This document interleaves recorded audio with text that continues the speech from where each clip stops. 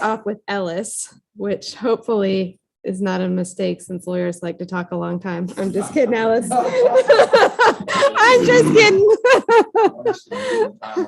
I'm a little, It gets paid by the hour. yeah, our agenda is just very full. So I'm going to try to move us along and keep track of time as we go.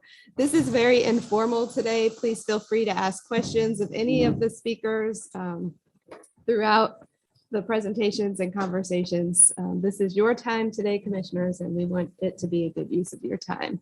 So with that, I think we're ready to start.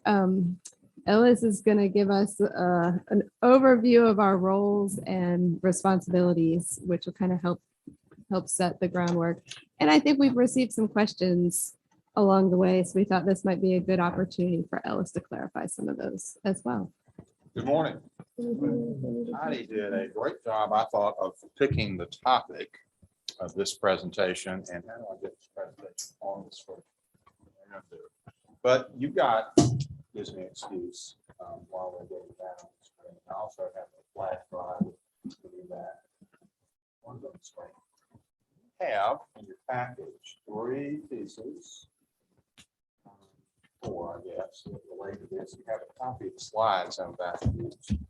Yeah, all the presentations are in copy in your packet, just for ease of following along. There it is. These slides and also some selected statutes I put together that list all the counties, and then a copy of your rules of procedure and the code of ethics that I bet you have not seen in a while. That's one of the things I want to talk to you about. So you get to see me in my visiting professor persona this morning. I do some teaching still. And I guarantee you, if it looks like I'm about to go over the end of the class time, I start noticing that students are packing up, getting ready to go. So I will stick to the allotted time. And I don't want to preach to you. I just want to hit several topics. We only have about 55 minutes. I do want you all, please, to feel free to stop me, ask questions as we go. I want to talk about what you want to talk about at the end. If I do what I'm supposed to do, at least some time. Any questions that are on your mind, things you always wanted to ask or talk about, let me know. You get to play Stump the County Attorney. But I want to talk some about how you all work together to do the public's business. Some significant statutes and requirements, your board rules of procedure that the board adopted years ago and has revised here and there, the code of ethics and why you have one of those, the respective roles and responsibilities of you all as elected officials and county manager and staff, including the county attorney and your board clerk, county ordinances generally and how to enforce those, and a little bit about the open meetings and public records law. Now, all of you, I know, have been to the Association of County Commissioners Essentials of County Government, and you've kind of gotten the first run through at a lot of this, and you've gotten some other education along the way. So I don't want to replow all of that ground, but I want to hit some highlights for you. The things you all do as a board matter. You all have a responsibility to your citizens to focus on the important things. I'm going to get to this in a minute. It relates to how, in one way, you do the things that you need to do in working together. But what are some characteristics of effective boards? First of all, this is not on the screen, but you obviously need to have a vision and develop a vision with high expectations for quality, cost-effective county services, and define clear goals toward that vision. You each have, and you need to share with each other and discuss your strong beliefs and values about what it's possible to accomplish to move the county forward. Working with everyone in the community, including your staff who have an interest and a stake in that, working together. And then you all need to focus on achievement of your priority goals and objectives with accountability. Spending, as a board, less time on operational details, not get down the weeds, devote more attention to productive policies and strategies to enhance opportunities for all of our Person County citizens. Focus resources, and when you adopt the budget every year, this is the primary time that you do this. Having heard all the presentations and having given your ideas about what ought to be in the budget, what your priorities are, focus resources on important long-term needs, including, for one thing, and this is more and more challenging, recruiting and retaining capable county staff members and providing productive professional development opportunities for all of them. They all have important responsibilities. You all need them, we all need them, obviously, to know how to do their job well, to certainly maintain professional certifications that some of them have, and to be able to do their job safely and perform their responsibilities well to the citizens. And that requires continual training. And that's so important. I know your relatively new HR director is working hard on helping the county manager improve those staff professional development efforts. And then your job generally is to lead as a united team with the county manager and with other elected officials that we have throughout county governments. Within your respective roles and responsibilities, everyone staying in their own lane. Those lanes merge every now and then, with strong collaboration and mutual trust. Now, that's easy.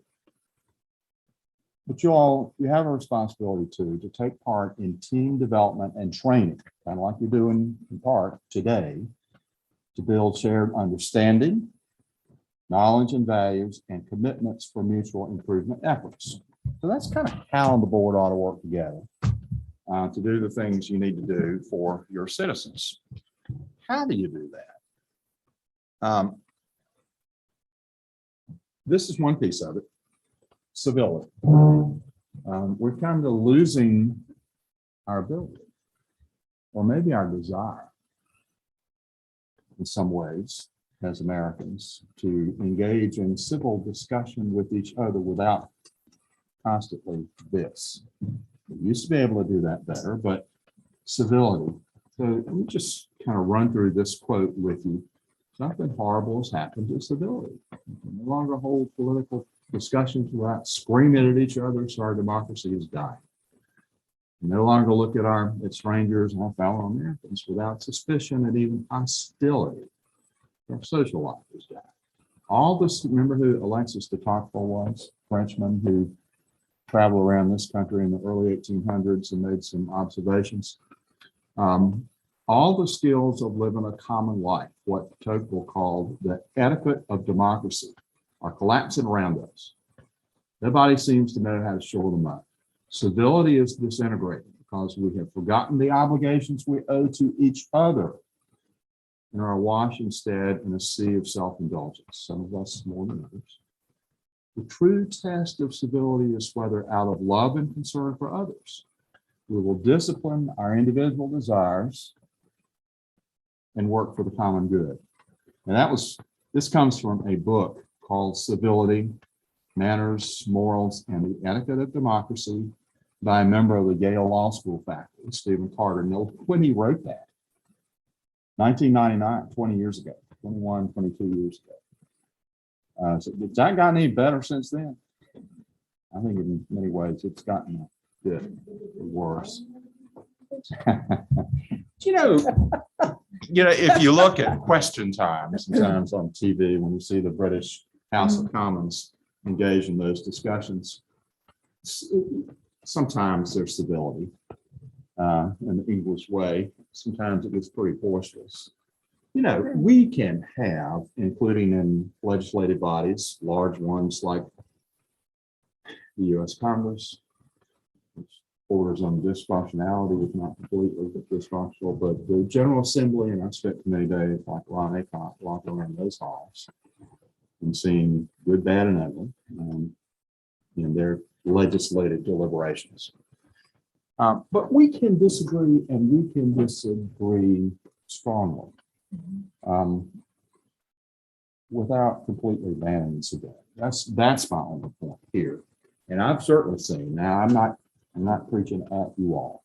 I have certainly seen in my 35 years doing this sort of thing, governing bodies that were just completely dysfunctional. People could not get along, couldn't adopt a budget. The local government commission had to come in, take over, and that sort of thing. So on the scale, this board is nowhere near that. You all have your difficulties, but that's, all here are. So what is the Board of County Commissioners? What is the count of person? Obviously, you've heard me say time and time again, you hear Ron say, all the authority that you have to do things comes from where? Where? Yes, but what did the people do? They adopted, they approved a state constitution with a bunch of amendments, and they empowered in that constitution the General Assembly to provide for local government. And that's how it got that way. Article 7 of the state constitution gives the General Assembly very broad grand authority to establish local governments, to redraw county boundaries, to incorporate municipalities within counties. And counties and municipalities are public corporations. They're governmental units. Statutes call them, and particularly the Budgetary Control Act, units of local government. You are the elected board of directors of that public corporation, with all the responsibilities that go with that. It's not easy, is it? There's a lot to learn. Every day there's something new that you haven't dealt with before. So we're going to talk about some of that. So your meetings, you remember generally, there are 3 kinds of meetings that you all are authorized to have. Today, this is one of the types of those. What type of meeting is this? Is this a regular meeting? No, this is a special meeting, the statutes say. And you remember how in case of counties that is called, either the chair alone can sign a notice of special meeting, as I assume was done here, or a majority of the board can sign a notice and call a special meeting, and then the clerk will advertise that, let everybody know, and you do have to provide under those meetings law at least 48 hours notice, so everyone knows. And can you talk about anything in the world that you want to talk about once you get into a special meeting? No, why not? Because the law says you can't. And we all have to comply with the law. So for special meeting, the notice specifies what you are going to talk about and maybe what action you might possibly take. And whatever that notice says, that's it. Once you get into the special meeting, you can't add to that agenda and bring up new things that you haven't told folks you're going to talk about. But in a regular meeting, when you publish at the beginning of the year, like you all just did, the list of regular meetings that you're going to have through the year, when you get into one of those regular meetings, can you add other items to the proposed agenda that the county manager and the chairman worked on and sent to you? Can you add other items? Yes. And can you have arguments about that? Yes. And you all have. But in a regular meeting, certainly a majority of the board can, and we're going to talk about your rules on that, but a majority of the board certainly can add new items if it's the will of the body, the majority of the body to that. So those are regular. What's the other kind of meeting? Emergency meeting, what's that?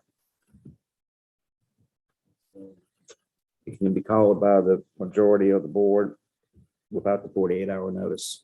Without 48 hours notice, because there is some compelling need to meet right now Public safety. in the public interest, public safety, natural disaster is about to happen or just has. Hurricane just came through, whatever.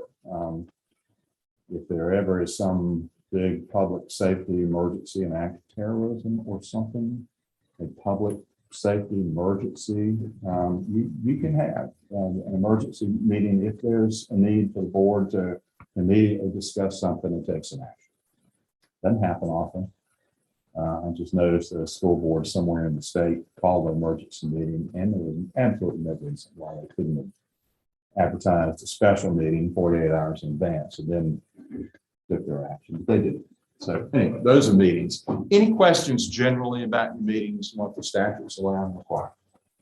All right. So procedures and your adopted board rules of procedure. If you will take out for a minute this piece that says understanding our responsibility, selected statutes with a list of statutes. Just wanted to give you something as a handy reference to list some of the statutes that you hear me talk about every now and then, so you actually can see them. And it talks about the corporate powers of the county, your exercise of those corporate powers as the governing body or the board of directors, and the regular and special meetings that we just talked about. Look on page 2 where it says just 153A-41 procedures. You've heard me talk a lot about chapter 153A. What's that chapter of the general statutes? That is the county government chapter, isn't it? 153A. The General Assembly in the late 60s had a big local government study committee and talked about revising for the first time in 30 or 40 years, all of the local government statutes to kind of bring the mishmash of them together. They did that for municipalities first. That was chapter 160A. And then 2 years later, they enacted chapter 153A, the county government chapter. Are those all of the statutes that I need to help you understand and comply with?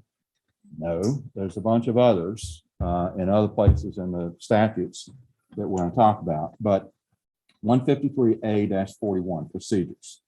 The General Assembly authorized the board, every board, to adopt, it says, its own rules of procedure in keeping with the size and nature of the board and in the spirit of generally acceptable principles of parliamentary procedure. You can't go wild. You got the rules can't be in conflict with statutory provisions, but it can fill in the gaps. And that's what you all did with your adopted rules. And we're going to talk about some of those in a minute. So get your rules handy, if you would, because we're about to get to that and discuss some of those more important rules that you have talked about. So, quorum and voting.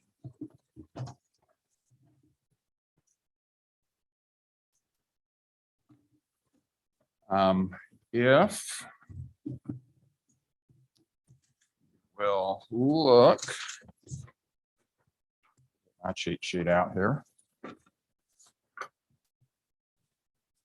Some of these are spelled out in the statutes, but some are not. And as I said, part of the reason you have these rules is to fill in the gaps.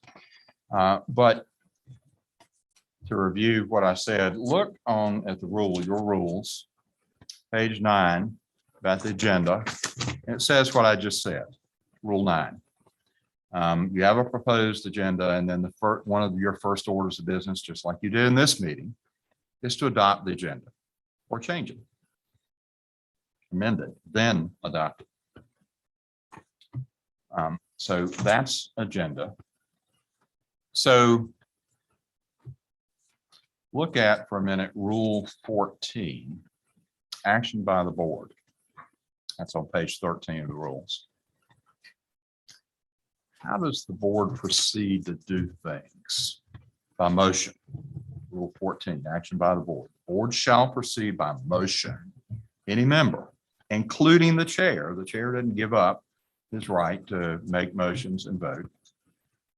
Any member may make a motion, and that obviously gets something on the table for potential action. But when you make that motion, obviously that's not the end of it. Does that cut off just making a motion? Does that cut off your right to discuss? No, you can debate, deliberate all you want with the chair presiding, recognizing people and kind of guiding the discussion and facilitating the board discussion. Okay, so what motions can you make? This gets complicated. Your chair is the presiding officer, has that gavel that you see there, and can maintain decorum, but also administers these rules. One of the functions of the county attorney is to assist the chair in administering the rules even-handedly, fairly. I'm kind of the parliamentarian who advises the presiding officer on how to apply these rules on behalf of the entire board. Okay, but look at Rule 17, substantive motions. It says substantive motion is out of order while another substantive motion is pending. Okay, so one at a time. Don't make it confusing. Just have one main motion on the table at any one time. This rule is pretty self-explanatory, but look at Rule 18, adoption by majority vote. Motion shall be adopted if approved by a majority of the votes cast, a quorum being present. But notice that word unless. Unless an extraordinary majority is required by these rules or the laws of North Carolina. What's an example of when a supermajority is required to do something? Second reading. Yep. And which, if it's not unanimous, one member can vote against that, and it has to go to a second reading, which That's is right. the majority. That's right. So if you're going to adopt an ordinance, the first time that ordinance is considered, you can adopt it, the board can adopt it right then and there, but it requires a unanimous vote. And if it does not receive a unanimous vote, if all five of you are not present, so it can't possibly receive a unanimous vote of the body, then it goes to what is called a second reading, and then it just takes a simple majority. And that's just to make sure that something with the force of law, an ordinance, gets adequate discussion. And everyone has an opportunity to let you know what they think about that before the board adopts it. And if it's, if there's a clear consensus in favor of it, unanimous vote, then you can adopt it right then and there the first time you discuss it. So debate. There's some rules about that. It says the chair shall state the motion, then open the floor to debate, presiding over the debate and under these general rules. The member who made the motion is entitled to speak first. The member who has not spoken on the issue shall be recognized before someone has already spoken. None of you are entitled to dominate the discussion. Everyone is entitled to speak. To the extent possible, the debate alternates between opponents and proponents of the measure. Y'all might not absolutely know which way you're going to vote when the debate on something starts. But if it's clear, then it really ought to go back and forth. So no member shall speak more than twice on a point in the main motion. That's really never, that's usually not a problem. So procedural motions, all kinds of opportunities for procedural motions. I've sat in legislative committees lots of times and watched very contentious debates with lots of procedural motions with the chair of those committees who's usually been in the General Assembly for a while. By that time, they've gotten very good at dealing with those procedural motions. And there's a talent in that. What's a procedural motion? Anything that's not a substantive motion.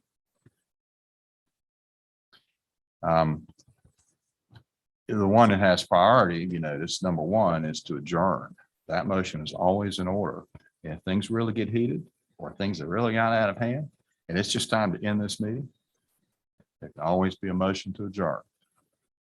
But the majority has to vote to adjourn, and not minority cannot hijack the meeting. Let me talk about just a few more of these, and then we'll move on to something else. Happy to talk about any of those procedural motions, particularly later if you have a question about any of them. So look at Rule 23. Yes, sir. Clarify, it's in our rules here, it says unless otherwise noted, each motion requires a second. I know that we don't. That's right. So, but that's in our, Well, your rules actually do say, I can't point to it, right, but it's here somewhere. Yeah. Yeah. The second is not required. Thank you, Fred. okay, but it's in the first paragraph. That's Yeah. what's a little confusing. Yeah. These came, I know they came from the model rules from the School of Government. And there are a lot of options available. Mhm. that- Okay, That board just a point of time. clarification. Oh, yeah. Second, not required. No, I was just making sure. Very good. It's a small governing body. It's not a large one like the General Assembly. So that not requiring a second when there are 5 members of the body just makes sense. Okay, so I was about to talk about Rule 23. Notice what it says, duty to vote. Right there's the take-home message. It is the duty of each member to vote unless excused by a majority vote. Now, when can you excuse members? When you have a direct financial interest or it involves your own official conduct. And if you need to be excused, you each have the duty to just inform the chair, who shall take a vote of the remaining members. Look at the last sentence. Now, this is clear in the municipal statutes. It's not as clear in the county statutes, but it's in your rules, and you have the authority, and the board did adopt this rule. A member who fails to vote, not having been excused, is recorded as voting in the affirmative, voting yes. You're physically present. You were not excused. You're recorded as a yes vote. Sorry. Proclaiming present, is that in line with? Let me amend what I just said. I said if you're physically present. If you were physically present and you get up and leave and you were not excused, you still get recorded as an affirmative vote, which is a reason you have to be somewhere. You're not able to continue in attendance at the meeting, asked to be excused. The reason I asked because the DC guys, they do that a lot. Present.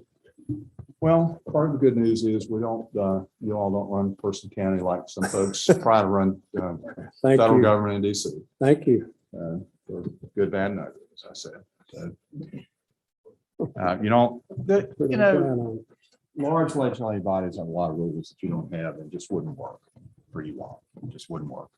So, Rule 26, introduction of ordinances, resolutions, and orders. We just went through this about how to get it on the table for discussion the first time, et cetera. And that really matters, as we talked about. The Rule 27 is what we just said. That first reading requires unanimous vote. If it doesn't get that, and it comes back at a meeting very soon after and requires then a simple majority. You've got some provisions in your rules, at Rule 29, about public hearings. And, this board has not traditionally done exactly what this rule says. What it says is that public hearings required by law, and think about zoning public hearings, some other categories where the statute actually requires public hearing before you do something, before you adopt the budget, required public hearing. Or deemed advisable, it says. You all can have a public hearing on something if it's important to you, if you want to give folks an opportunity to speak, where the statutes don't require it. You can do that anytime you want. And this rule says that you're supposed to, quote, organize that public hearing by special order. Informally, that is directing the clerk, requesting the clerk to publish a notice of the public hearing. That complies with that rule, and that's traditionally what this board has done, to schedule and provide notice of the public hearing. And then when folks in that type of public hearing, can folks show up and talk about anything they want to talk about? No. It's restricted to the subject matter of what the notice of the public hearing said, and whatever it is before the board. And the chairman certainly can and should ask people to stick to the topic. They start to wander, and that has happened a few times since I've been county attorney. So quorum, obviously, with one exception, the board can't do anything without a quorum. What's the one exception?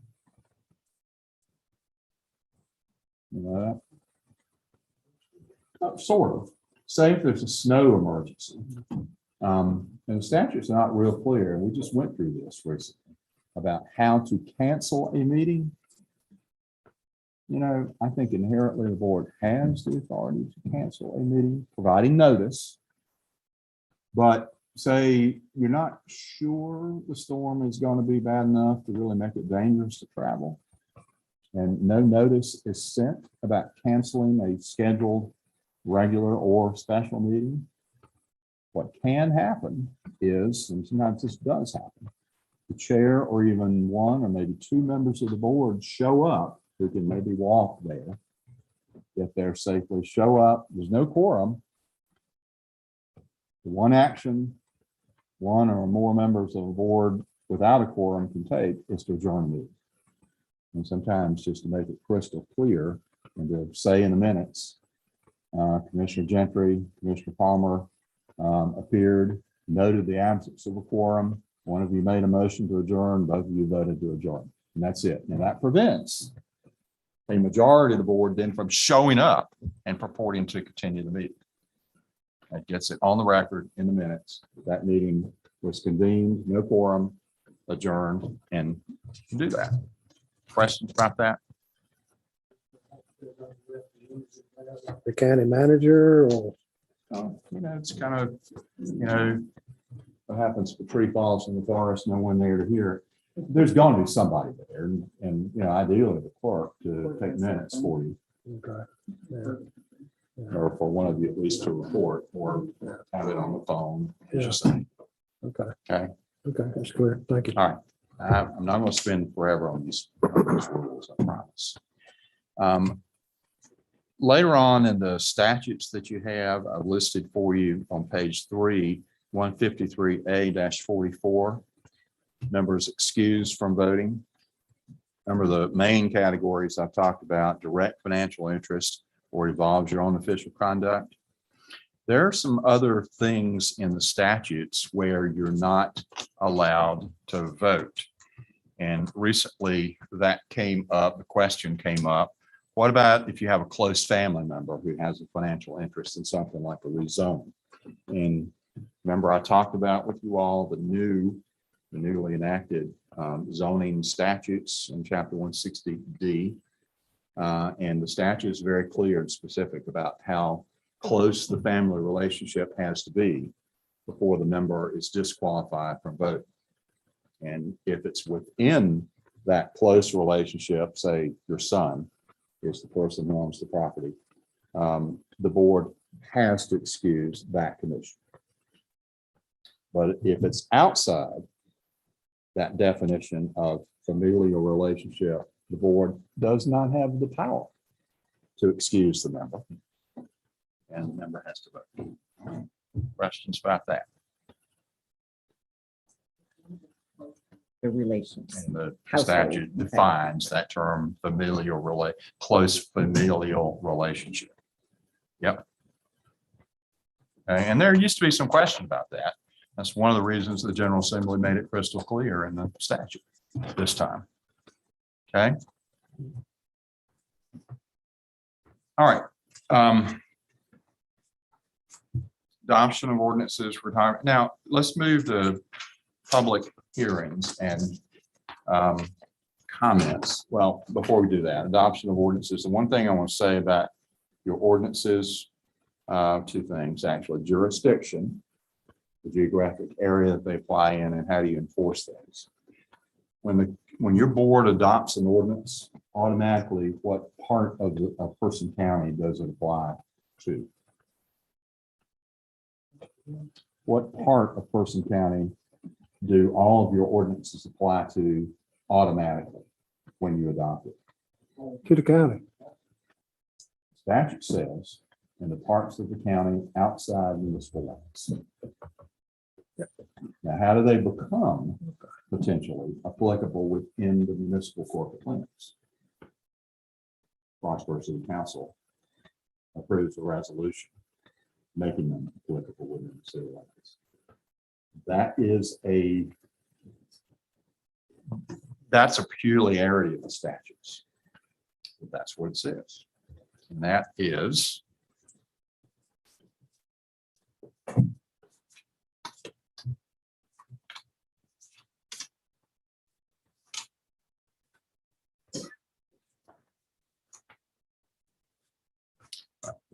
it's a explicit statutory provision. I'll find it for you, but I won't waste time looking for it right now. So, enforcement.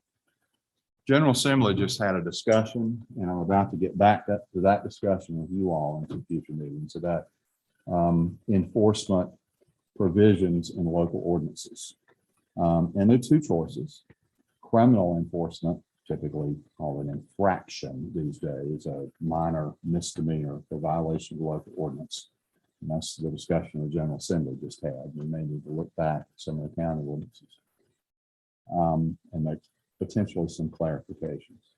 Or applying civil penalties. If you violate this ordinance, you become liable to the county for payment of some civil penalties, environmental related things, and maybe some other violations. Who enforces those ordinances? The ordinances have to force a law. The sheriff's office obviously has authority and responsibility to enforce those ordinances. Some of your other staff sometimes have enforcement responsibilities, planning director, etc. Obviously, your health director. Plus, she has responsibility, obviously, to enforce a lot of statutory requirements. Okay. Questions about anything we've talked about so far?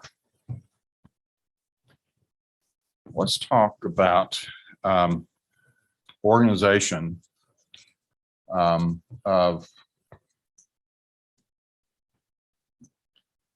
the county government. You all have some options. Obviously, many years ago, Person County Commissioners did something that all 100 counties now have done and adopted the county manager plan. For cities, it's typically called the council manager plan. You created the position of county manager, and when the board back then did that, that triggered the statutes that list the authority and responsibilities of the county manager. And those statutes set out a pretty clear delineation of roles and responsibilities. With everybody having a lane, but as I said, sometimes those lanes merge. governing body has the oversight authority. Pay attention, make sure that the county manager and staff are focused on your priorities, your policies, and are administering the county government and spending public funds as you have directed, in line with your policies and your priorities. That's the job of the county manager, but it's your job to make sure that is going on as you expect. That's your oversight responsibility.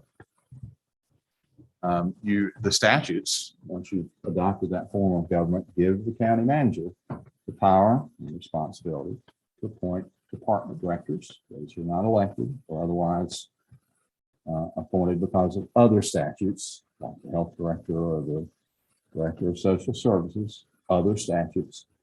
Every other department director, under the authority of the county manager appoints, supervises, and deals with those personnel issues. And part of your responsibility is to pay attention to that personnel administration and make sure that is being done well in compliance with the law, federal and state, and conducted fairly. Not for you all to make any of the personnel decisions or to tell the county manager what to do with a particular personnel decision. I've seen boards try to do that. That is outside your lane. That is not the responsibility, it's not the power of the governing body. The responsibility of the board is to evaluate the general personnel administration of the county manager. Questions about that? Lines become blurred every now and then. There are all kinds of temptations. Sir. This just theoretically thinking. And this chairperson or director, whoever, which label you want to give this person, is by my interpretation out of order or out of procedure or doing things unethical. Board members, you mean, or? No, I'm just going to name just say Parks and Rec, and just say the director, which I know he's not. He's out of line for whatever reason. Do I talk to him or do I go to the manager? Let me suggest you go to the manager. Yeah. In your plan of organization of the county manager appointed that director of parks, and I don't remember exactly the title of the position.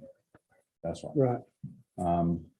She supervises that person. If you individually as commissioner and a member of that advisory body have a concern, it is absolutely appropriate. You can share that with the county manager. Is that what you want the commissioner to do? You don't want to hear it from someone else. You prefer to hear it directly from the commissioner or another member of that advisory body. Okay. All right. What are we expecting in return from the county manager as a result of our concern? What do you think of that, county manager? I think it's appropriate for us to have a conversation about their concerns. And then, I could lay out what my options are for following up on that. What if you know about something else about that employee that factors into your decision? Can you share all that? I cannot. You cannot. The law prohibits that. A lot of those personnel issues, the facts involved are confidential by state law. It's not your job as an individual commissioner or as a board to have a hand in those decisions. And that's responsibility. More to the story, for more issues that I just can't discuss with the board, which becomes frustrating for them. And the General Assembly recognized years ago that every now and then there's going to be a personnel action that is so sensitive, becomes such an issue because it's on the front page of the newspaper several times, maybe an editorial about it, and maybe involving some speculation about what happened, but they don't have all the facts because some of the facts are confidential. General Assembly said, if it really becomes an issue of public concern, in that case, and it's rare, but in that case, statute says the governing body can vote to disclose some of those personnel matters, the facts of the matter, to clarify the record and resolve public concerns. That was done not long ago in, I think, Granville County, where there was, remember, somewhat of an issue with the elected sheriff. Okay. Usually police chief or sheriff or someone like that. Anyway, so, all right, we're running out of time. I want to get to some other things. Responsibilities of the clerk to the board. That is a very important position. Clerks have clear statutory responsibilities, a lot of record management responsibilities, very important responsibility to draft the minutes for your consideration. And once you all adopt the minutes of a meeting, that becomes the official record of that meeting. What's the significance of that? If I go to court with my law partners to defend the county over something, and we try to say to the court that something happened other than what the minutes say, we're out of bounds, because the minutes that the board adopted are the official record of what happened, what you did and how and why. So the minutes are very important as a legal matter. And that's one of the major responsibilities of the clerk. But generally, records management and compliance with the statutes, about all of that, can't willy-nilly just start destroying records. There's a disposition schedule, et cetera. And your clerk spends a lot of time dealing with that, responding to public records requests. It's more dispersed throughout county government than municipal government. Municipal statutes are very clear that the city clerk has the primary responsibility to deal with records and respond to public records requests. More dispersed in county governments.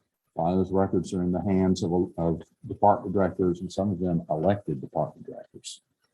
So it is fair to look to those department directors to deal with those public records requests.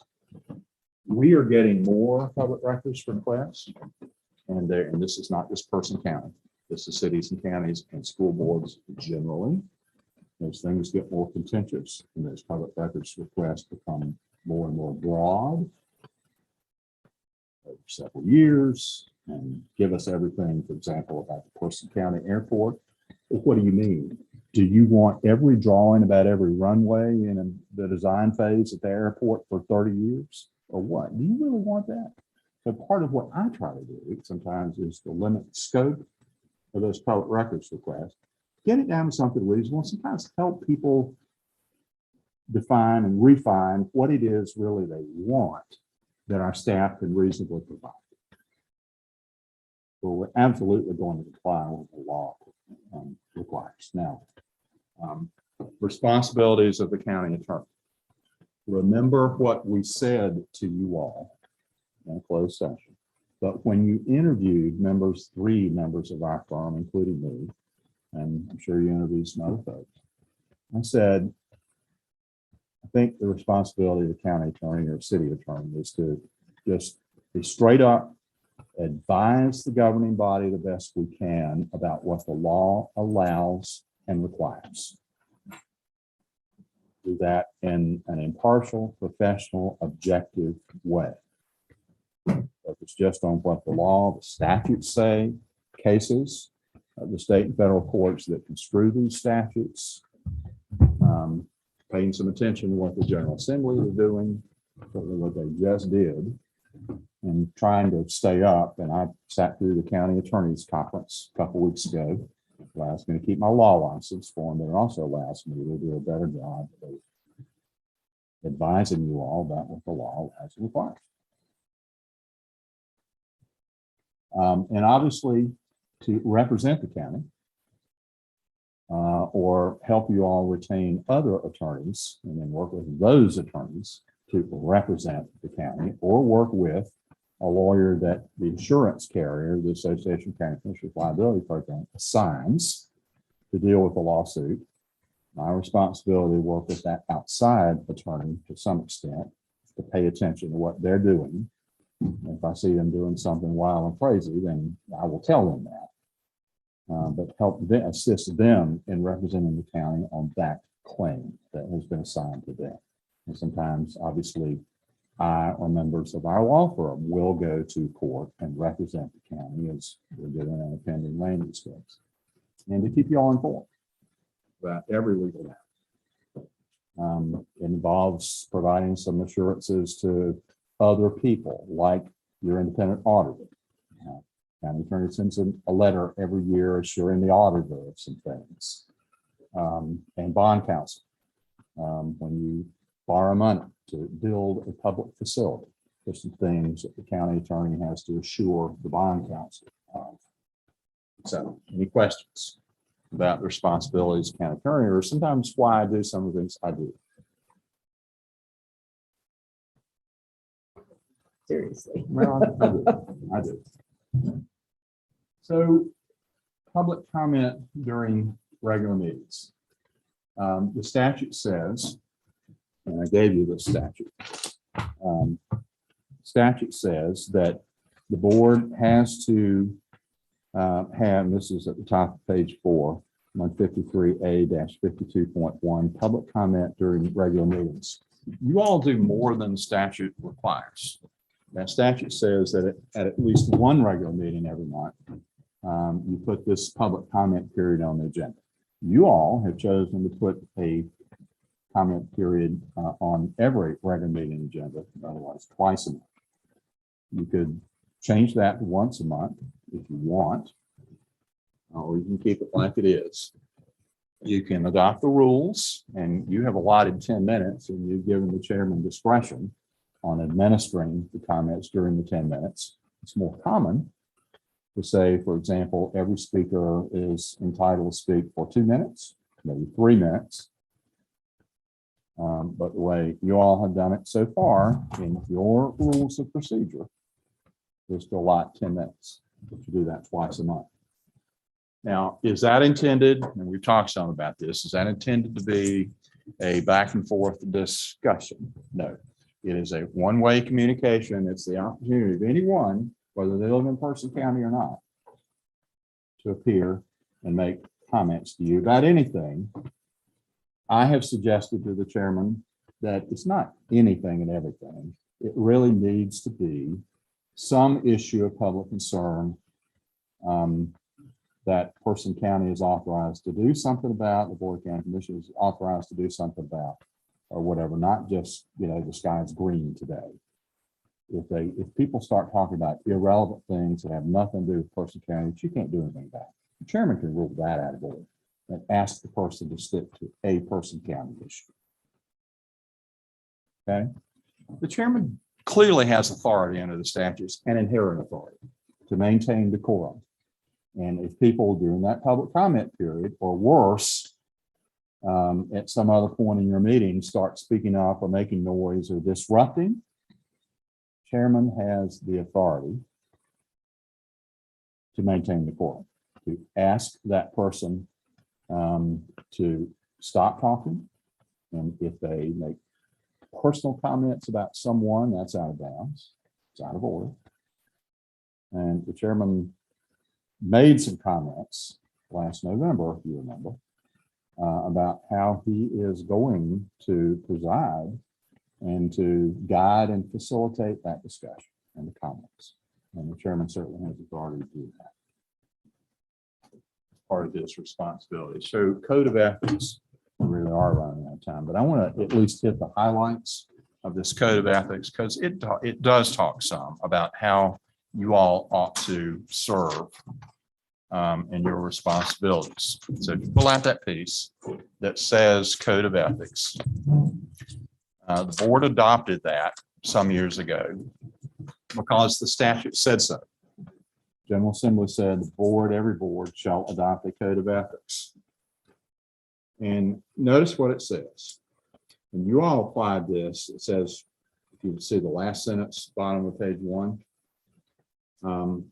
it applies to the Board of County Commissioners and advisory boards and committees of this board and their decision making. I've talked with at least one staff member who works with another board about how this code applies to that board. So the preamble lays out why it's important. to engage in ethical behavior.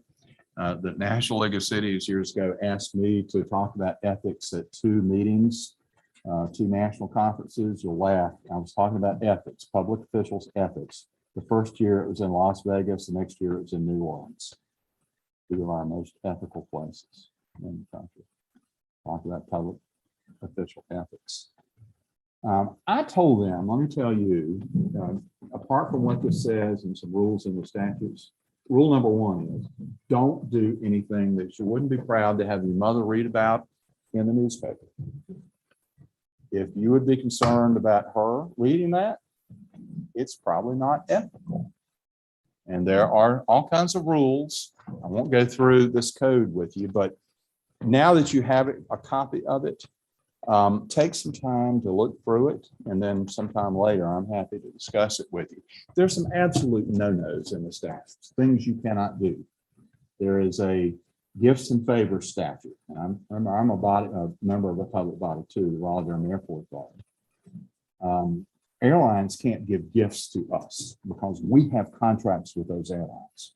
And there are lots of rules like that in the statutes that apply to you all too, and complying with your responsibilities.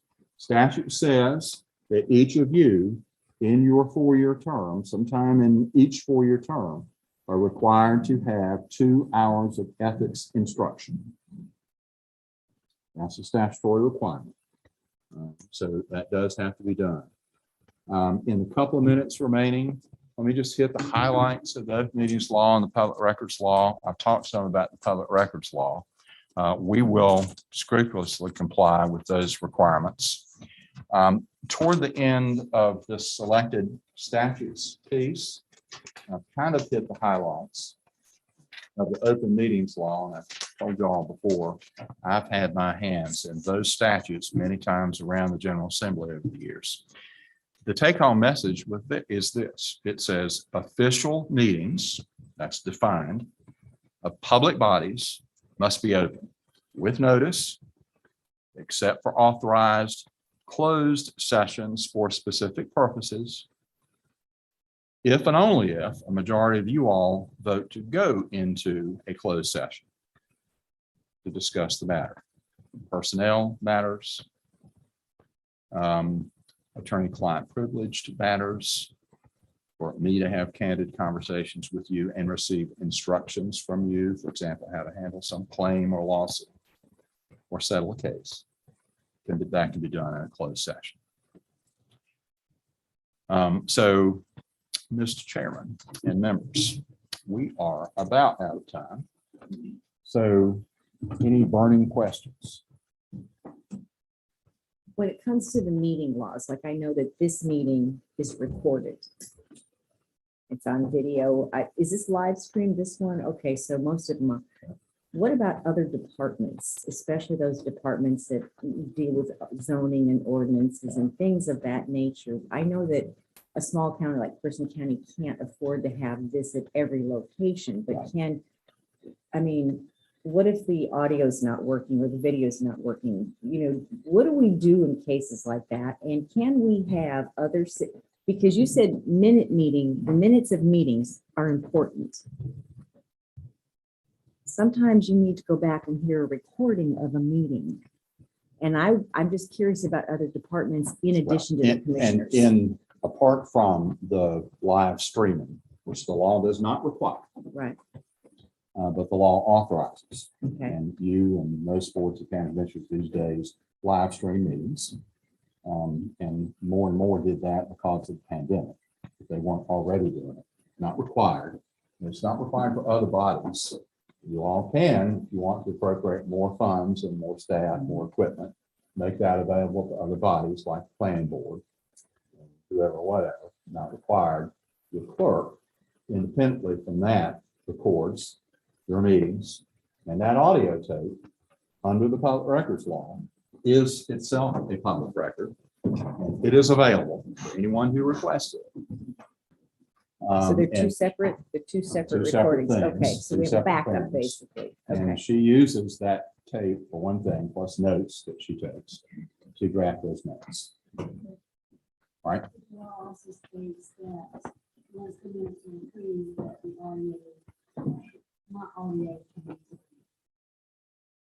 fine.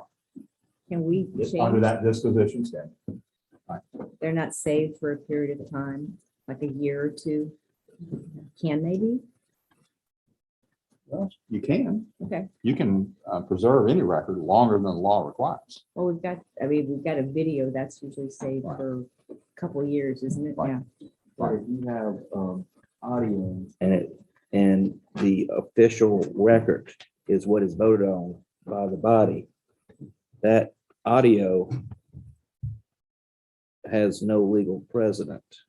Except we're certainly going to hear about it from lawyers in a lawsuit if they discover that.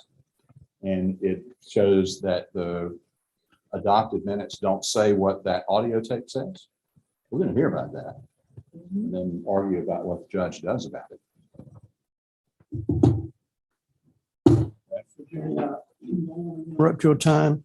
Certainly don't want to get into the break period that we'll have, but just a very quick comment about the chances of and the possibilities of more than a majority or a majority of our board members get together at some event.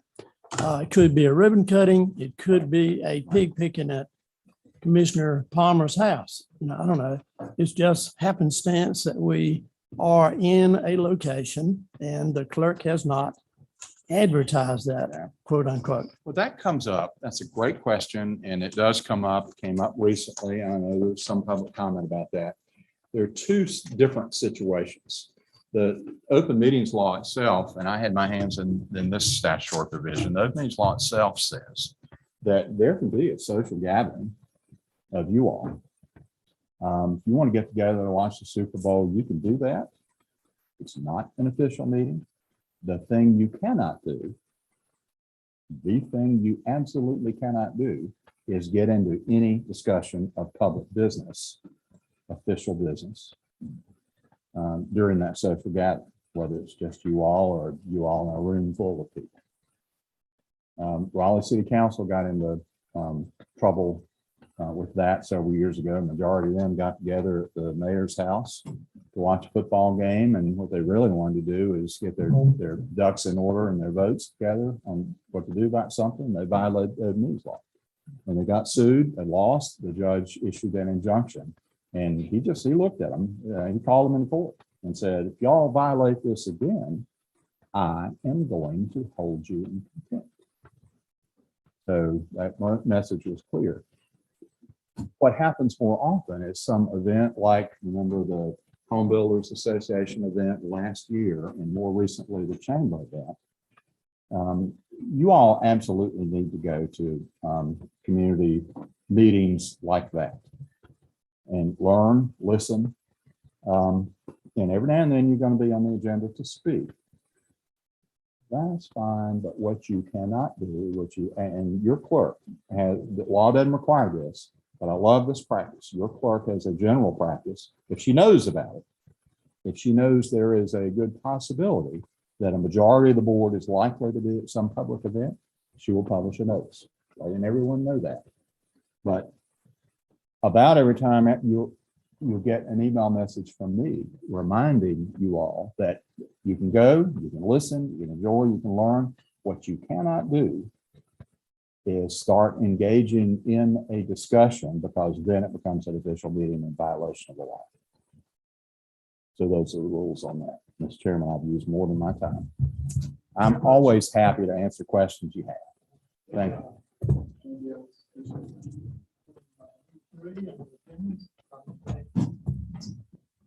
Revenue preview, Mr. Jones. By the way, has invited me to leave soon. She's respectful of your county budget and there's no need to pay me. So soon I am going to leave. It is nothing personal. I know. Enjoy your company.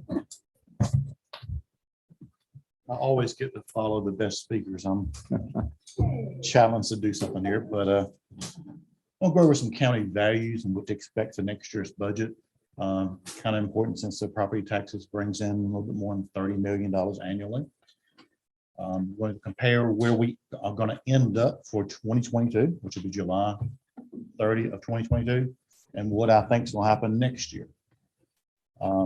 We start off with this year's budget thinking we're gonna have a $4.72 billion tax base. And we came in over that, actually about $4.813 billion. That's about 2% over where we guessed. And I say guessed because a big part of that number is not delivered to us until September. And that's your state appraised properties. And almost all the overage there was due to state appraised. Overage is a good thing. If our value comes in too low, we don't make budget. We have guaranteed departments that they have a budget to work with, and we want to come in over where our estimates are. That being said, we'll look towards next year. Our real property has increased from 3.41 to 3.515, $105 million increase, or about 3%. It's been a long time since we have seen a growth in real estate that's substantial. And this is not due to your reappraisal. This is due to new construction, improvements to property, things that are going on in the community. Your next category, your M&E, is your machinery and equipment. That actually went up, and that's a new one also. Is your equipment's going to depreciate every year about 6%. So it's getting a year older. It's used, it's worth less. That 6% is often offset by some new investments. This year, we did lose value to Cogentrix. Cogentrix is may not be the right name. It's either called Epcor, Capital Power. That's your cogeneration plant that's located on Alley Clay Road that supported Consul Aikman years ago. They're tearing that down. So we lost about $11 million worth of value there.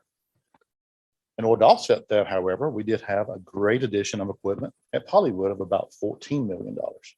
So because of those changes, depreciation, some new investments, we actually have seen a slight uptick in the machinery and equipment. State appraised came in at $932 million for 2022. That's the highest number we've ever seen. And that is in light of the discussion of coal ash plants closing, which is rather shocking. I have another slide we'll go over and talk about why that might be happening and what the future might hold. Keep in mind, the state appraised is just under 20% of our total budget. The 20% of revenues are coming from that state appraised number. So I'm conservatively estimating that to be 900 million, not 932. And I will explain that a little bit later. So for 2023, estimating at 4.895. And again, we won't know that true number until next year. Next year, this time, people are still listing their property taxes until April 15th. So all the big investors we don't really know about yet, state appraised, we'll know till early September. So it is definitely a conservative guess. Interesting that we've had a 1.7% increase in our value this year, and that's not due to reappraisal. And the average over the last 8 years has come in at 1.26. So we had a better year than we've had in the last 8 years on average. Another interesting thing that's not on this slide, your DMV. So motor vehicles, you would think that since the supply chain is being hampered, there's no new cars to buy, that motor vehicles would have a lower value. However, we're seeing an uptick. DMV was estimated at $400 million for this year. We're estimating for 425 next year. So why would used vehicles, because that's mainly what's out there, have a higher value than a year ago? They have more miles, they're older. If you try to buy a used car today, you understand that used cars are demanding a premium. So we have to keep all that in consideration and figure out where we're heading. I did the same thing with fire tax, and I won't go into much detail because the same factors affect this, except for the city property values are not included in the fire tax. So very similar numbers. DMV is at 350 to 325. Their increase was a 4.2% increase rather than 1.1 on average because of where the Hollywood equipment is and the Cogentrix being in the city. All that kind of affects the fire tax differently than it affects the county. But again, a growth there from 4.154 to 4.2 billion. So again, more growth, good numbers. This talks more about the state appraised properties. And I did break out the coal ash plants in a separate category because that's the biggest part of the value. Last year being the highest we've ever had at $932 million. trying to figure out where to go. Now, Duke Energy at 900 million would be 18.38% of our budget. Last year at 932, where we came in, it was 19.38. So I'm about 1% lower overall for that, just as a conservative estimate. I've reached out to Duke Energy, to DOR, trying to figure out, DOR, Department of Revenue, trying to figure out why those numbers keep going up.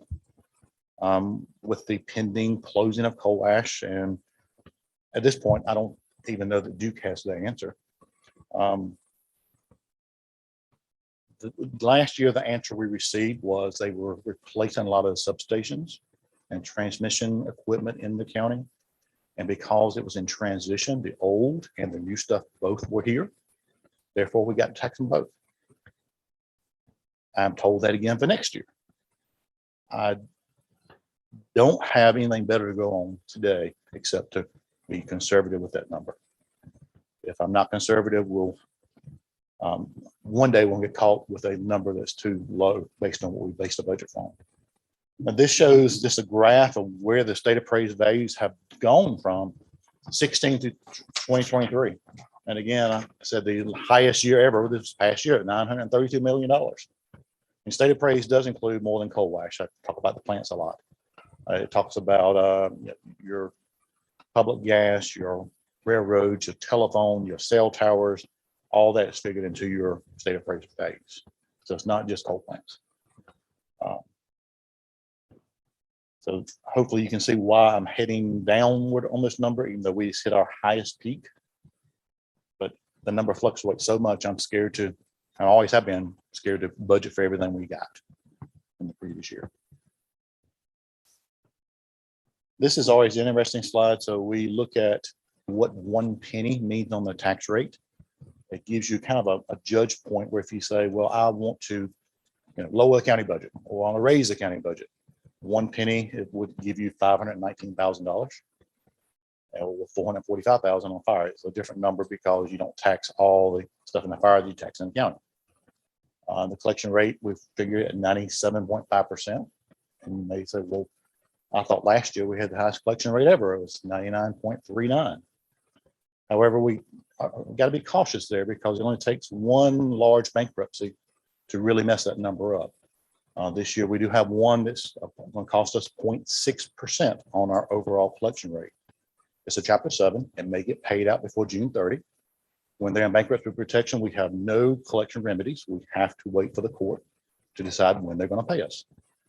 We always had good luck, but if we have a high priority, first priority lien, we always get our money. Sometimes we get dinged a little bit on the interest, but normally we actually collect interest too. Chapter 7 is normally a 6 to 9 month turnaround, so it very well could be done by June 30. But you take the highest collection rate ever, take 0.6 off of it, and now you're 98.7. So any extra we collect on that collection rate ends up being where your fund balance comes from. So you always want to see that you collect more than you budgeted for. Not so much that it's ridiculously low, but we want to be careful that we're not budgeting for every dollar we're going to collect.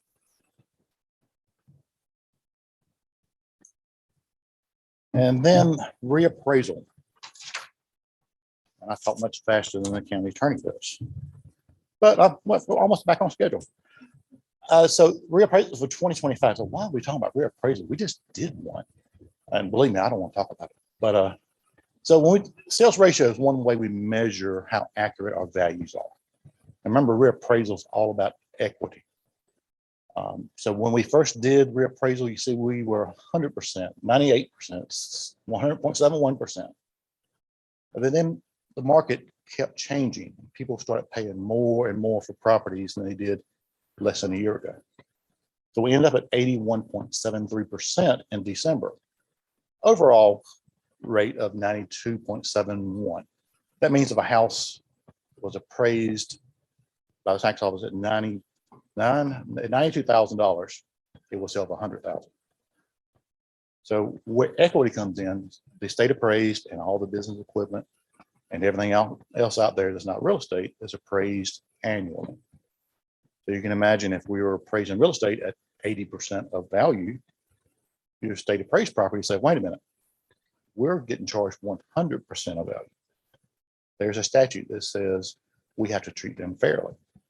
So the first year, which is this year, the fourth year, which is 2025, and then the seventh year, if you're below 90%, and we were 92.71, I was getting a little anxious towards the end there to make sure our numbers will stay over 90, and they did. We will have to equalize with the state appraised properties until the next reappraisal occurred. So if we started off this year at 81%, we would have to give state appraised 19% off. All state properties, just state properties. Railroads gets equalized every year by federal guidelines, but we don't have a high value of railroads, so it's not really on our target. But we would have to do that until the next reappraisal occurred. And reappraisal takes about 2.5 years to do. So I'm carefully watching the market. Person County has always been a 4-year reappraisal county. I say always kind of lightly. In the late 70s, early 80s, we were always an 8-year county. And we had to equalize with the state appraised. We had dropped below that 90%. And actually, I think we're in the 70%, so it cost us a fortune.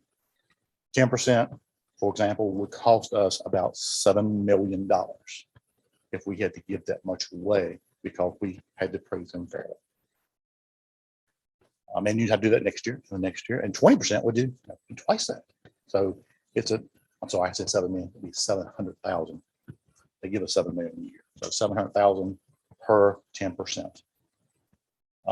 So back in the early 80s, Person County said by resolution, we're going to become a 4-year county. And we have always been a 4-year county. Now in 2005, we were set for 2009 reappraisal. And the market for 2009 was that real estate bubble. We were going to come in higher than market and stay there for a while. So we asked the commissioners to postpone 1 year at a time. And we came in, finally at the 8th year, we couldn't postpone any longer. We did a 2013 reappraisal. 2013 reappraisal came in, the market was still kind of calm. We right away said, unless something changes, let's be an 8-year county again. And our resolution says, we got 8 years, next one's due for 2021, and then we will immediately return to a 4-year cycle. So unless the board does something, we're on a 4-year cycle. I talk about equity as opposed to state appraised properties, but also matters to the citizens too. Because I could live in the northern part of the county where the values aren't changing a whole lot. And I could live in Timberlake where the values are changing a lot more. Or I could live at the lake where the values are really kind of crazy. Even those people who are 95% of value in Triple Springs, as opposed to people with Timberlake that 80% of value being treated unfair. So anytime there's pockets of inequity, we need to do a reappraisal. Now, I would love to think that reappraisal would be 8 years because they're painful. They're a lot of work. It's stressful. I think the citizens like the tax bill to be consistent. They don't want the taxes to change a lot every year. But when all comes down to it, they really want that equity. Even though they don't know they want that. They really want the fairness in the system. So I am putting in the budget for next year to go ahead and start off. The first thing of our reappraisal is what we call a flyover. It captures some new orthophotography so we can evaluate additions, changes to properties. We got to make that decision for a March 23 flying season. So if the time March 23 rolls around, I'm going to put in the budget because we'll have to pay for it. And we'll decide then if the market is calmed down and we're back up to 100% or upper 90s, or if it's continuing to go in the other direction. At this point, I would say it's going to continue going in the other direction. I have no sign that the market is going to calm down, but that's why we're talking about a reappraisal possibly, more than likely, for 2025. Happen. But we have to know 2 years ahead of time to start the work. So if it's like it is today, we will have a 2025 reappraisal. And without any action from the board, we'll have a 2025 appraisal. And I will come to the board if there's anything needed to say we need to postpone, but without anything else, we're proceeding with the 2025. Had funds Yeah, years in advance. there's a statute that says you have to set aside money in a reappraisal fund annually.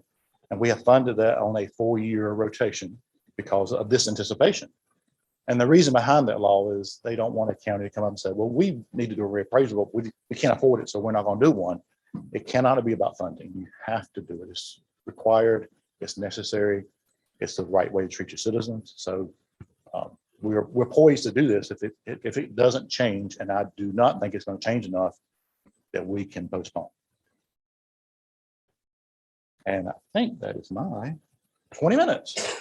So questions? Great job. Thank you. Thank you. Do and your staff. Next is item number 4, mid-year fiscal updates. Swinberg, I mean. Excuse me.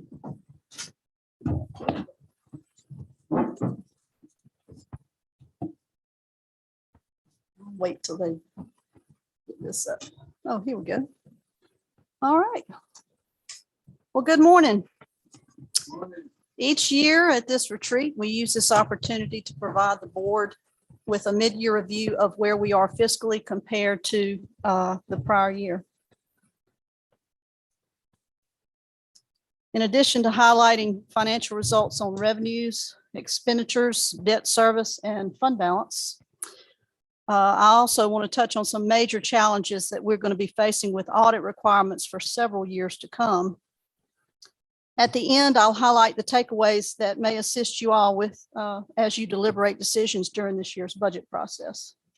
And I may end up skipping some of these things because I know I want to stay on time, and our debt consultants have another county that they have to go present to. So I want to try and make sure I stay in time here.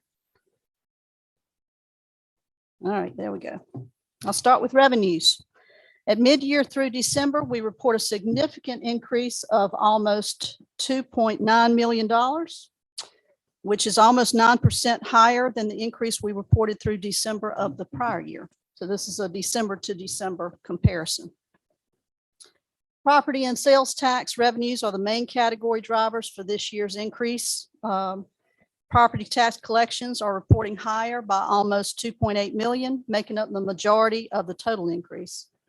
Another large increase in sales tax is reported at mid-year for 336,000 of that almost 360,000, which is still projected to come in pretty strong at the end by the end of this year. And I'll talk more about sales tax on the next slide.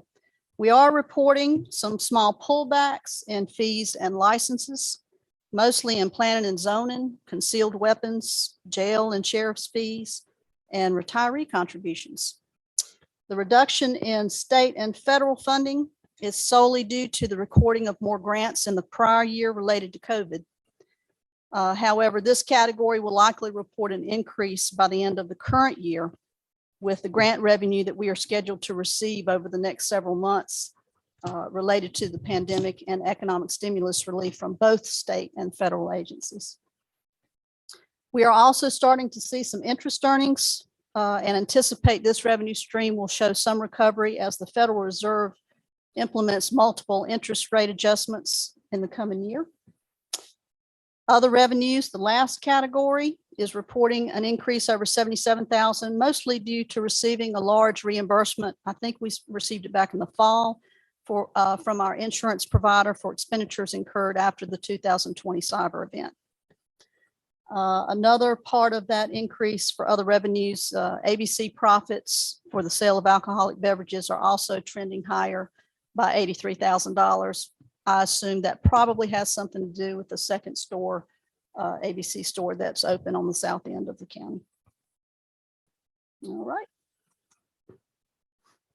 All right, you're probably all familiar with this graph, which is a 10-year historical chart for sales tax that Person County received for the fiscal years listed at the bottom.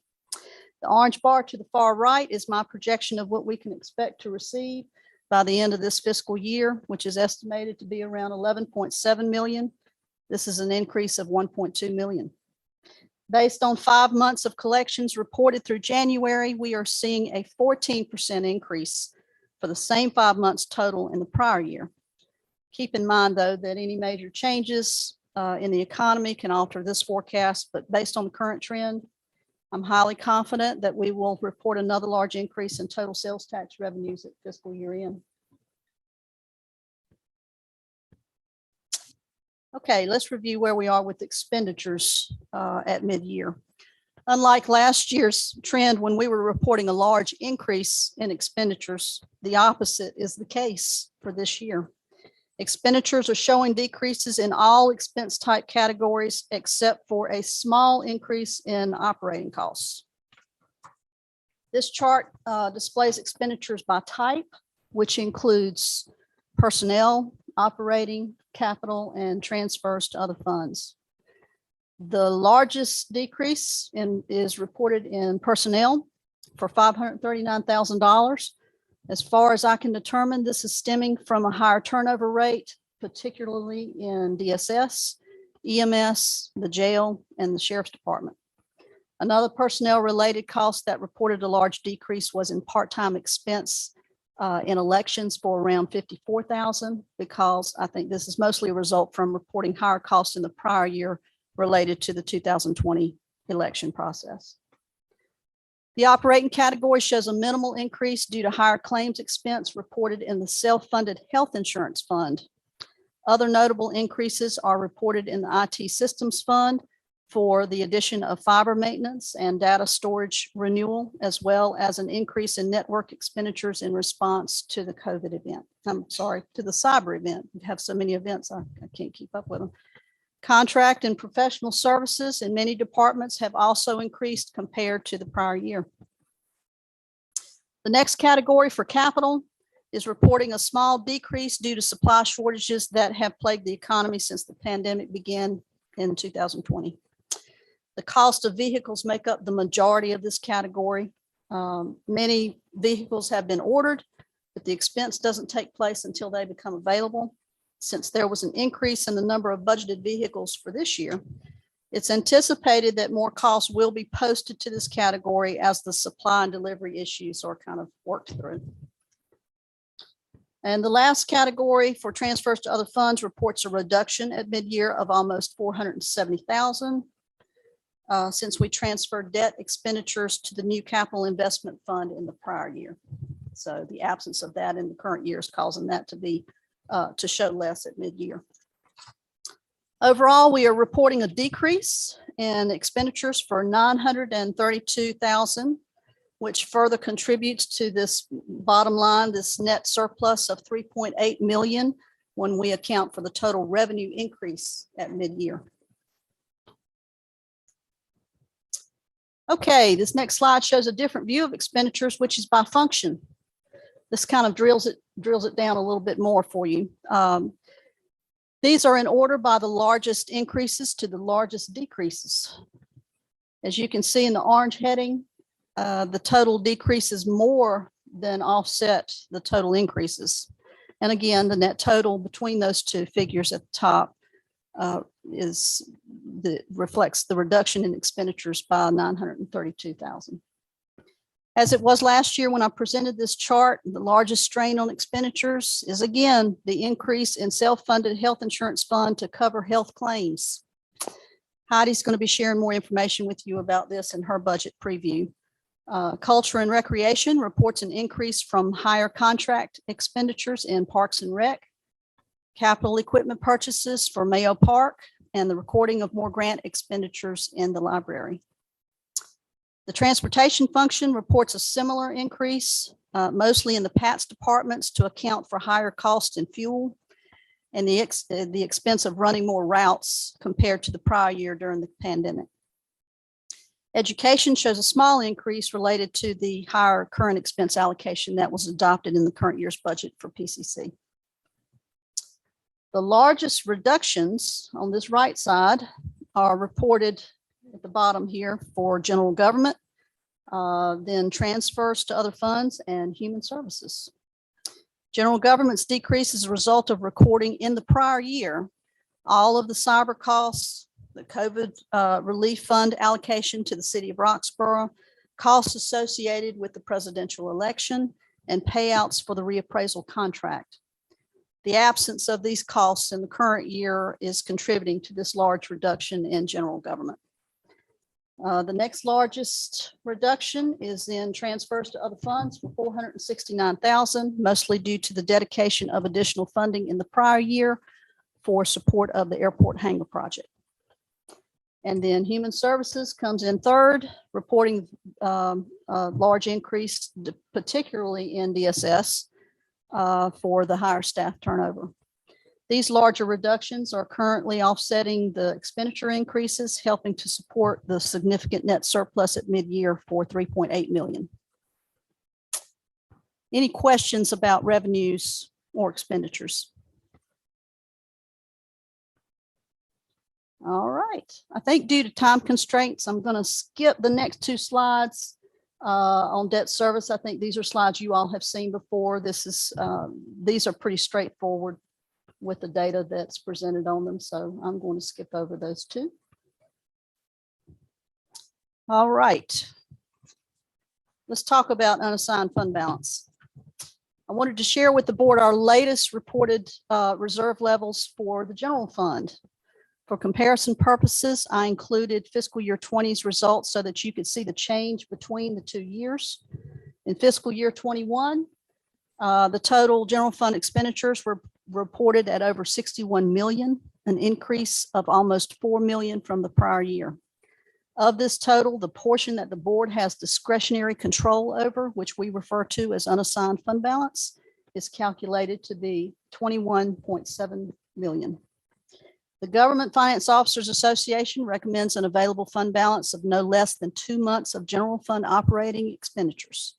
The average monthly expenditure total increased to 5.2 million, which represented 4.25 months of available fund balance in the general fund, exceeding the minimum guidance offered by the GFOA. In addition, the Local Government Commission recommends an available fund balance of at least 8% of general fund expenditures. As of fiscal year 21, the county's fund balance percentage for the general fund was calculated to be 35%, well above the minimum recommended by the LGC. Person County's current fund balance policy requires available reserves equal to or greater than 18% of general fund expenditures.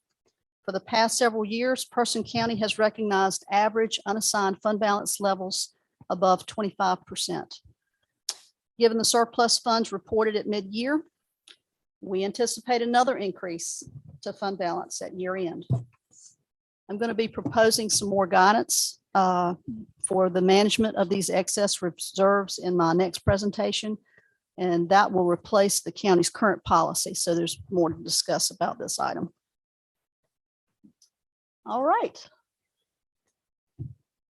The last thing I wanted to share were some challenges we are going to face with audit requirements for this year and beyond. Our most imminent hurdle is to obtain a new firm to audit our fiscal year 22 report. Along with many audit firms statewide, our current audit firm is dropping their governmental audit division, causing the county to bid out services. We submitted a request for proposal on January the 25th to receive bids back by February the 28th. It is uncertain at this time as to whether our RFP will garner any interest, since many other cities and counties have also recently submitted similar proposals. It is highly likely we may have to extend our proposal date in hopes to attract more bids, but we'll see what we get next week. Unfortunately, with the new audit firm, it's anticipated there will be heavier demands on my staff, as auditors typically request more information in the first year to establish a baseline and become familiar with the county's account structure. The overwhelming influx of multi-year state and federal grants will further complicate this transition for staff to manage and prepare for the auditor's review. These grants have numerous administrative requirements that will have to be subjected to audit review to assure compliance with the granting agencies. These processes will be ongoing for several years until these grants expire. Another challenge we face is the necessity to meet the state's audit report submittal deadline, and not just in this year. We would need to do so every year for the next 4 years if we want to issue debt in the early part of the calendar year through 2026 for school capital. Before we can issue debt, we are required to obtain approval by the Local Government Commission. Their approval is contingent on their review of our recent fiscal year's audit report, which is why it has to be completed no later than December the 1st. If we are able to meet this deadline, then we could provide our application for debt issuance to the LGC each January and issue debt shortly thereafterwards until we finish that 4-year rotation of debt. We would have to coordinate this schedule with the schools if for reasons out of our control, we are not able to meet this deadline to prevent them from going out to bid too soon. So a lot of factors are dependent on our ability to submit the county's audit report by those deadlines. In order to meet federal and state compliance with accounting and audit standards for grants that we'll be managing over the next several years, along with the new audit standards that became effective this year, and the transactions and processes required for the multiple debt issuances that are likely to occur through 2026. I'm giving you a heads up. I will be submitting a budget request for an increase in staffing resources to begin in fiscal year 23. The new initiatives and stringent compliance efforts that surround them are beyond my existing staff's capacity to manage in addition to their current workloads. Non-compliance with these large grants and debt issuances can bring highly negative consequences to the county. So my request is an attempt to mitigate this risk as much as possible. And the last slide provides some highlights from what I've already talked about. I won't read through all of that because it's something I've already talked about. Any questions that I can answer for you at this time? With state and federal grants money, this is. It just is. It's a culmination, excuse me, of multiple. Many. And probably the largest one being the 7 million one that we have for next 4 years to Are there expend. less firms out there doing audits for municipalities now? Yes, Because it's become so onerous. and they're yes. they're walking Not away just, from it. not just due to Mhm. these large grants, but I think it's also the result of the changes in Medicaid and the increased requirements that are put upon them to audit for the state. It's too I think complex. it's become a less profitable area for them because of the resources that the audit firms are having to pour into that for counties and cities. So it is a very large concern right now that we will be competitive, that we will see some competitive bids. 'cause Worst it's- case scenario for us, if we don't find a firm in time to, get us over the finish line, what's the worst case scenario? for something? I'm not sure. Somebody else asked me that the other day because I've never been in that position. Right. If we only get one firm to bid, and I did have a firm to be interested. So we may get one bid. And if that's the only bid we get, then we will have to extend it to try and get more bids. If we don't get any bids on that second round, then we can engage, yes, with this one.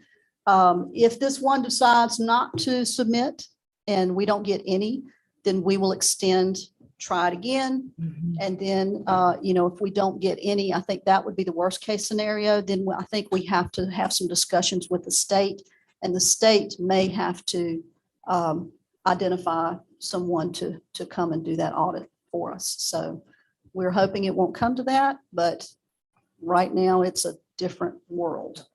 Thank So, you. Sorry you're in this mess. yeah, me too. I'm sorry, we're all in this mess.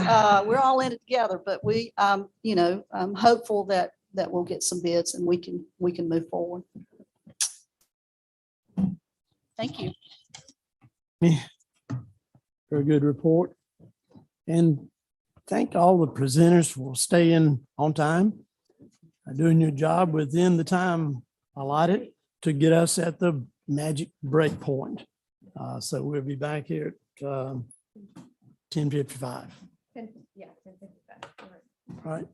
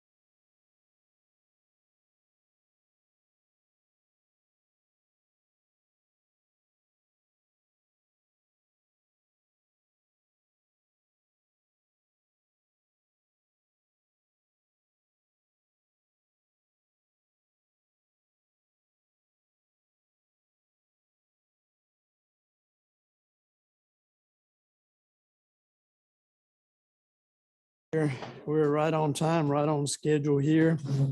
Item number 5 on the agenda is financial plan for capital and debt financing update. Mr. Carter and Mr. Carter. Welcome, folks. Thank you. I'm just going to give a general introduction and then Andrew's going to finish the presentation. We've been with you guys several times in the last year. In fact, we were 2 months in a row, I think in March or April or February and March. I've still got my COVID brain going on, so it's one of those time periods. We're back today to talk about the debt affordability model and the capacity you have inside your capital investment fund. It's an interesting day in time in our business, and I'm just going to go back to what your finance director just said to you. Whether it be price of construction, price of cars, how much people will work for, whether they will come into the office in work or simply say, if I have to come into an office, I'm never going to work again. I mean, I could make a list of 10 things and then have 10 more. It's a very interesting time in government. And although interest rates are rising, they're still significantly lower than we've ever seen them in history. And so I think the real challenge when you do debt matters and capital matters is primarily the cost of construction is going to be the real driver here as we look at things over time. So we're here to talk to you, to update you from what we told you last year. There are some changes, and then answer your questions. So with that, I'll turn it over to Andrew, who knows everything. Well, thank you for having us here again. I was here last April, I believe, to give the presentation last time. So Doug has handed it off to me again to run the show. So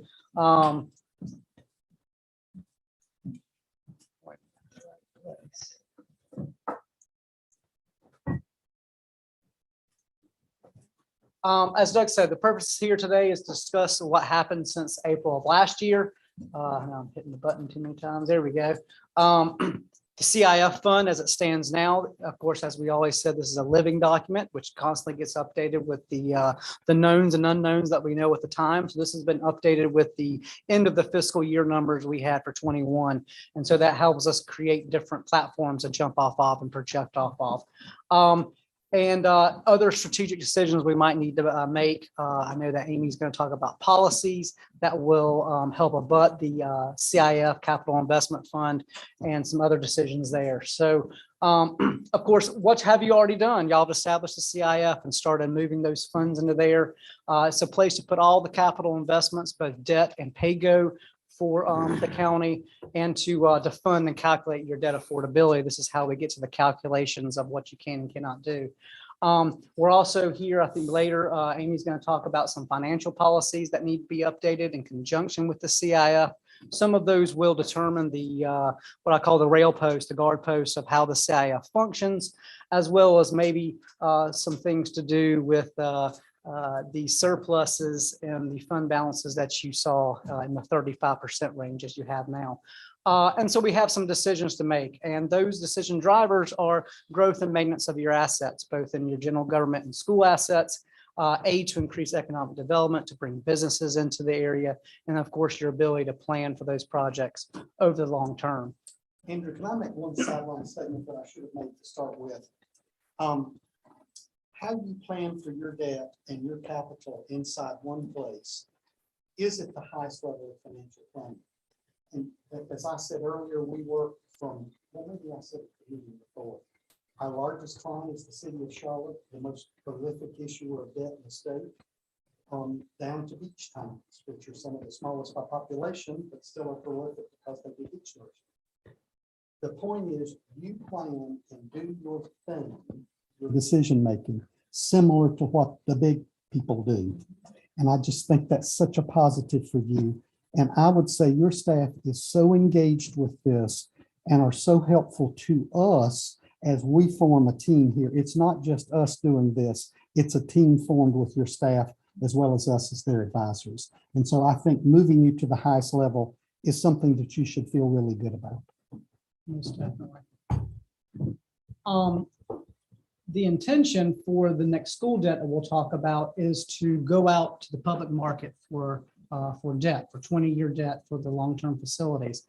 That requires us to update the rating. The county has a rating, but you will have to get an updated rating, and the rating agencies look at 4 areas. And we want to bring these up because this is going to be very important when we actually go out to the debt. They look at economy, which is 30% of the rating. That's mostly per capita, median family income, how big your assessed value base is, stuff like that. Finances, which is 30%, y'all control that fully. That is fund balance measurements and cash balance measurements in your finances. Management, which North Carolina and gets a AAA in this. Y'all have a pretty wide number of tools you can use to raise funds and such. And so the management part, they give us a nice high rating on. And then debt is about 20%, of which of that 20%, half of it is debt, is pensions and how you're funding your pensions. So really only 10% of the rating is actual debt measurement or how much debt you might have as compared to revenues, debt to operating revenues. And again, things that help abut the rating strength are the sources. This is what the model helps do and produce to them. We can pay our bills now into the future, as well as the projected items that we might have. We can also pay for those. Soundness of the financial plan, basically how close to going to zero do you have? And does the plan meet the county's needs? Rating agencies are looking at, are you providing the capital and resources that the community needs? Sometimes not doing a project is not necessarily a credit positive, but are you meeting the needs of the county? And then of course, the elected officials buy into the plan. This will span multiple boards, multiple elected officials as they come on. And so how consistent is the plan over multiple years, which y'all have been very consistent over the last 2 since implementing the CIF.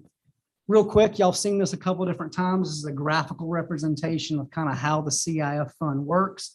We have general fund monies coming in, which is a fixed amount, school sales taxes, a couple of articles of school sales tax, education lottery, which comes in as it does, other sources and other miscellaneous revenues that might come in. And then of course that pays your future and existing debt service. It pays for pay-go of maintenance and for your regular pay-go and your CIP pay-go, as well as school capital projects, technology, equipment, rolling stock. I know we heard some of that before. And so all that goes into, pays out of the CIF. And then of course, any new capacity that may pump out of that. So real quick, we'll switch over to the model, the Excel. And we mentioned that this being a living document, you'll see that we have the updated CAFR numbers for the fund balance that's in the CIF fund. Right now, that's right at 3.288 million that's in that fund. So that gives us a nice basis to start. This particular model, of course, shows the capacity you currently have. And the issuances have been pushed a little bit from the last model, because when we started talking to the school system and trying to line up when they might need their money, we determined that it's probably this winter is going to be the soonest we can get all the engineering and architecture and everything lined up so that we can start taking bids in the winter time period. The other thing we have to look at in a winter time period is, just as Amy said before, audits. Audits have to be in by October 31st is the technical date. The LGC will not allow you to issue any funds until your audit is in. So it has to be After October after 31st. October 31st. So now there is a new rule that just came into effect a couple weeks ago, that the audit has to be in 2 full months before the LGC approval. So they have time to look at it. And yeah, so they have time to look at it, review it, and give their stamp of approval before they approve the new debt. So, And to be fair to them, just to be fair across the way, they have their own staffing problems. They've had a good deal of retirements and turnovers, and so they're dealing with staffing problems as well. so if we're looking at a January approval, that means sometime in November is when we'd have to have the audit done. So some of this is going to be timing based on other items that may or may not be exactly in your control.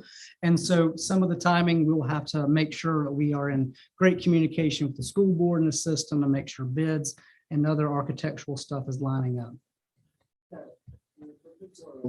if we get the audit done by October 31st, we've got to wait 2 months before we can submit to into January, which you just said we needed to get started in December.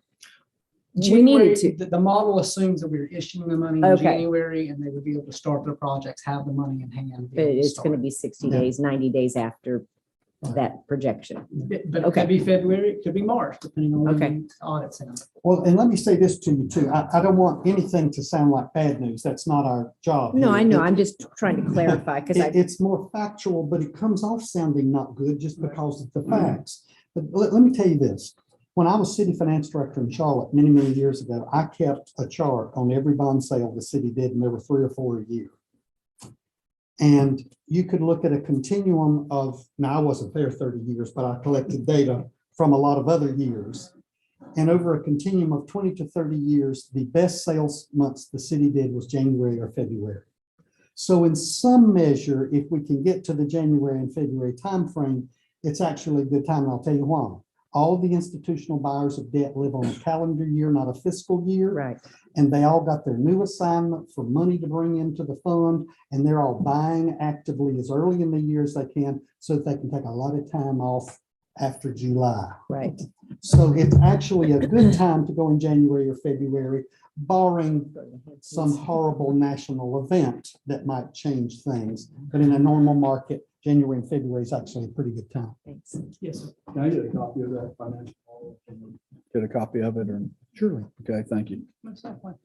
So this model does assume a January issuance of the first 20 million for the schools. And then 2 years later, 10 million, 2 years later, another 10 million for the schools that would come in 2025. You may have also heard about the needs-based school grant program. The school system is currently applying for that. It's not due until, I believe, middle of March, I think is when the applications are due. And any grants awarded, they say should be awarded by the end of April. Of course, they will take their time. If the county is awarded any sort of grant programs, because that does require a 5% match from the county, we would institute that into the plan as it is now. But currently, because nothing has been awarded, what we know now is what we have here. So Have y'all heard much about that program, by the way? It's currently 395 million that the state will grant this year. The word is there'll be more money in the next year. It's supposedly based upon the application and how you made it. It's needs-based. You are in the 5% match category. There's a 5%, 10%, and 15, I think, percent, and 25. There may be some counties that don't qualify. oh yeah, there's about 4 or 5 counties, Mecklenburg, Wake, those counties don't. They don't qualify. And so I see positives for y'all because the lower the match, the hope they would feel that there's more need, but that's not guaranteed in the program in any way. But I am encouraged. Now, 395 million sounds like a lot, right? A high school at minimum is 50 million now. North Durham, which y'all know because you border Durham counties, well over 100 million. So when you start saying if a high school is 50 million, divide 50 into 395 is pretty easy, right? So, but it is supposedly a continuation. And while we have not yet factored any of that into your debt model, we're in a position to do that as soon as we know something. Denise can get. You could county roads 30, 50, 60 million. We're submitting in our boards for action on March the 7th, this month, the 30 million. Okay, but does the state have a cap? What counties can Three- receive? 30, 50, or 60. Okay, thank you. I'm sorry, I didn't get For lower that. middle and upper school. Okay. That's how they elementary. middle, and Yeah, upper. it's 30 million, they say for a elementary 40 or 30, 60. 40 and for middle and up, well, they give you can apply for 50 for a high school. Yeah. Our model that we're looking at, an elementary school will run 42.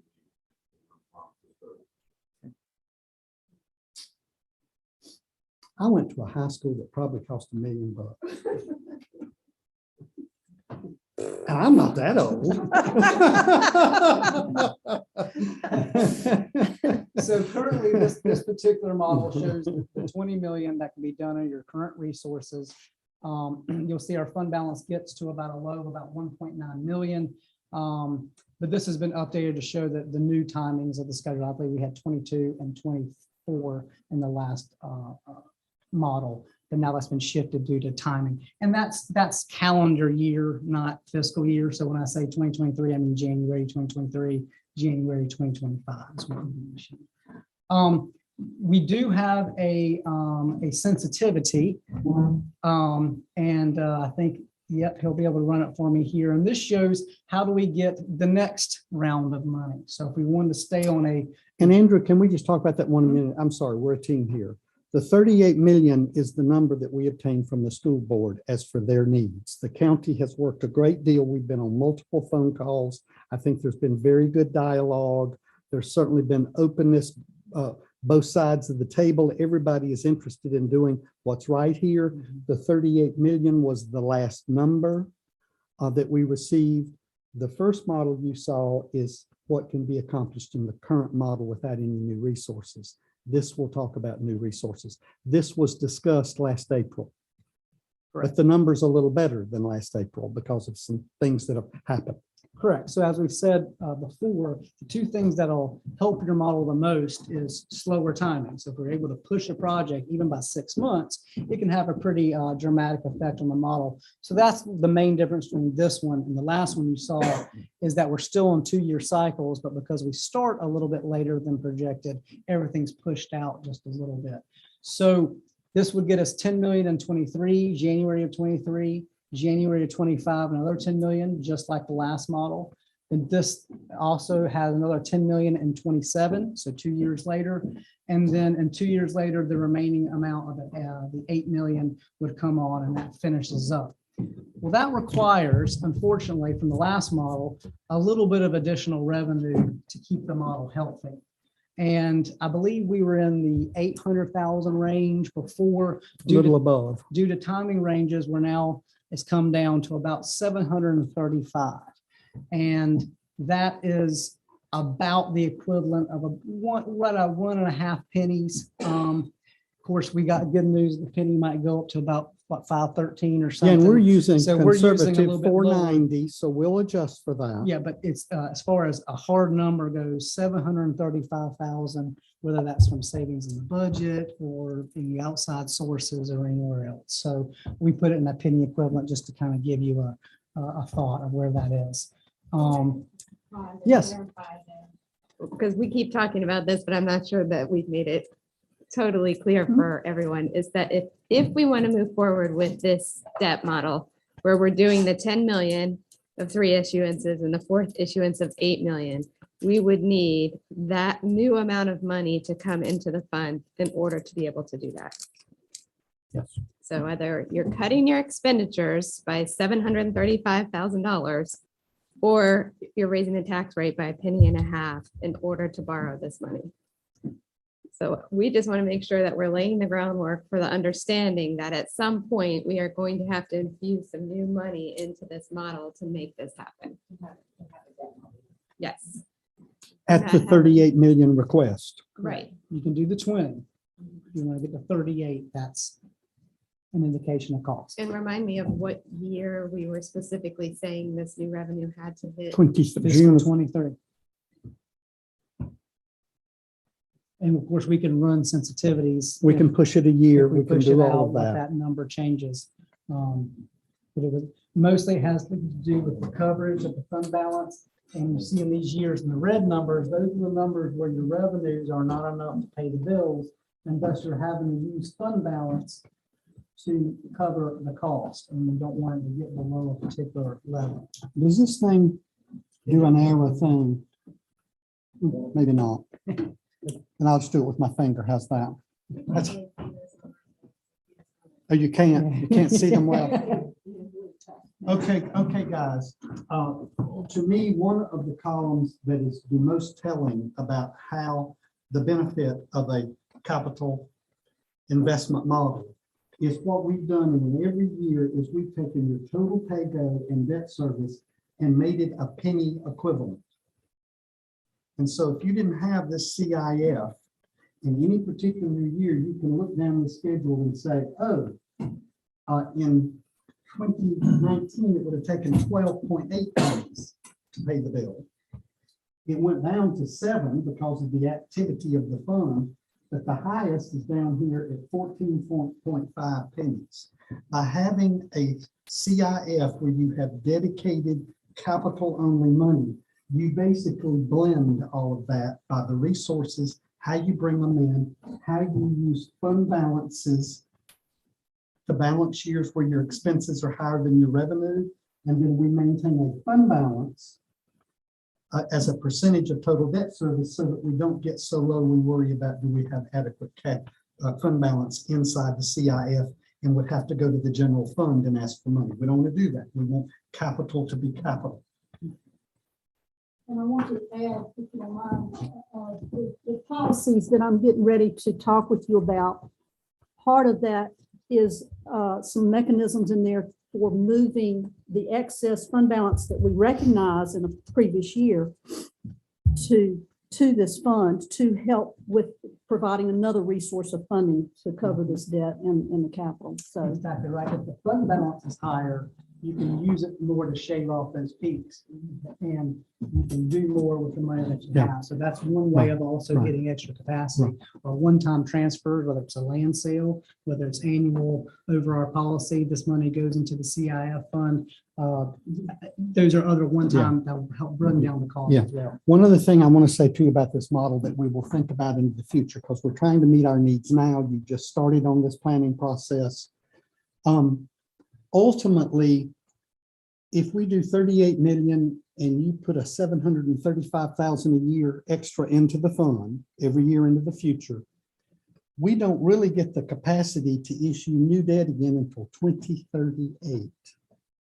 So essentially, we have consumed a considerable portion of our capacity, but 38 million is a lot of borrowing for the county. I mean, I don't mean that in a negative sense. Everybody has to find sources. It's not a lot that I worry about credit ratings or anything, but you have to pay the debt service bill.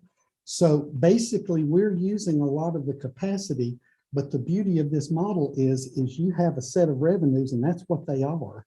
You don't constantly have to go back to your taxpayers and say, give me a little bit this year, but I won't need it next year. This levelizes and makes everything uniform and allows you to see when and how much you will have to raise into the future to get more capacity. Now, my hope and trust is that these grants from the schools will help us some, but we'll see. We'll just see how that occurs. And one final thing I will say, the county and the policies that they're going to recommend to you, we've reviewed them with Amy and the manager. They're very good ones, but I think it is one of the,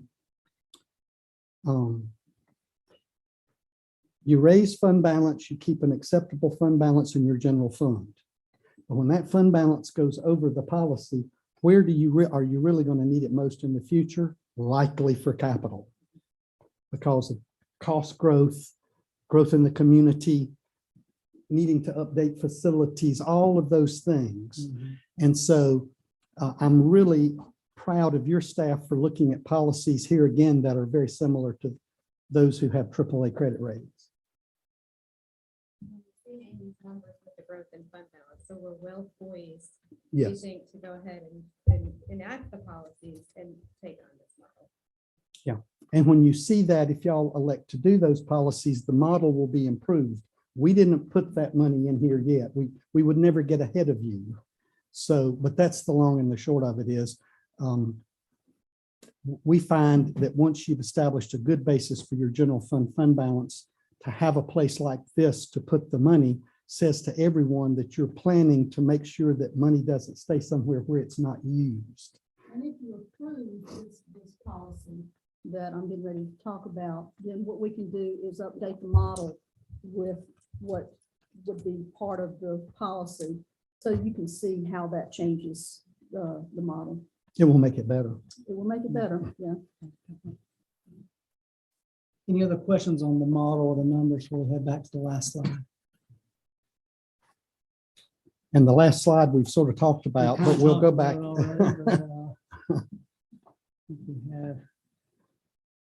We are seeing you guys first best is always first, right? We're seeing you all, then we have a talk with Durham County Commissioners, and then we're doing Gaston County. This is the planning month for counties. Tis the season. So to kind of just bring it all back up, there are some decisions y'all need to talk about. Some of you presented more fully today. The assumption of a winter issuance for the current laws for schools is in here. Timing of future projects and when you adopt the current CIP. The bridging of getting to the 38 million is that 735 need currently. Of course, other actions removed may shave some of that off depending on other decisions you make. The sales tax, you keep seeing sales tax making some pretty big spikes, but when will that crest out and maybe go back down to more significant levels? So we're keeping an eye on that. We're not predicating the model on some assumptions that we don't feel very good about yet. Move one-town revenues, as we talked about.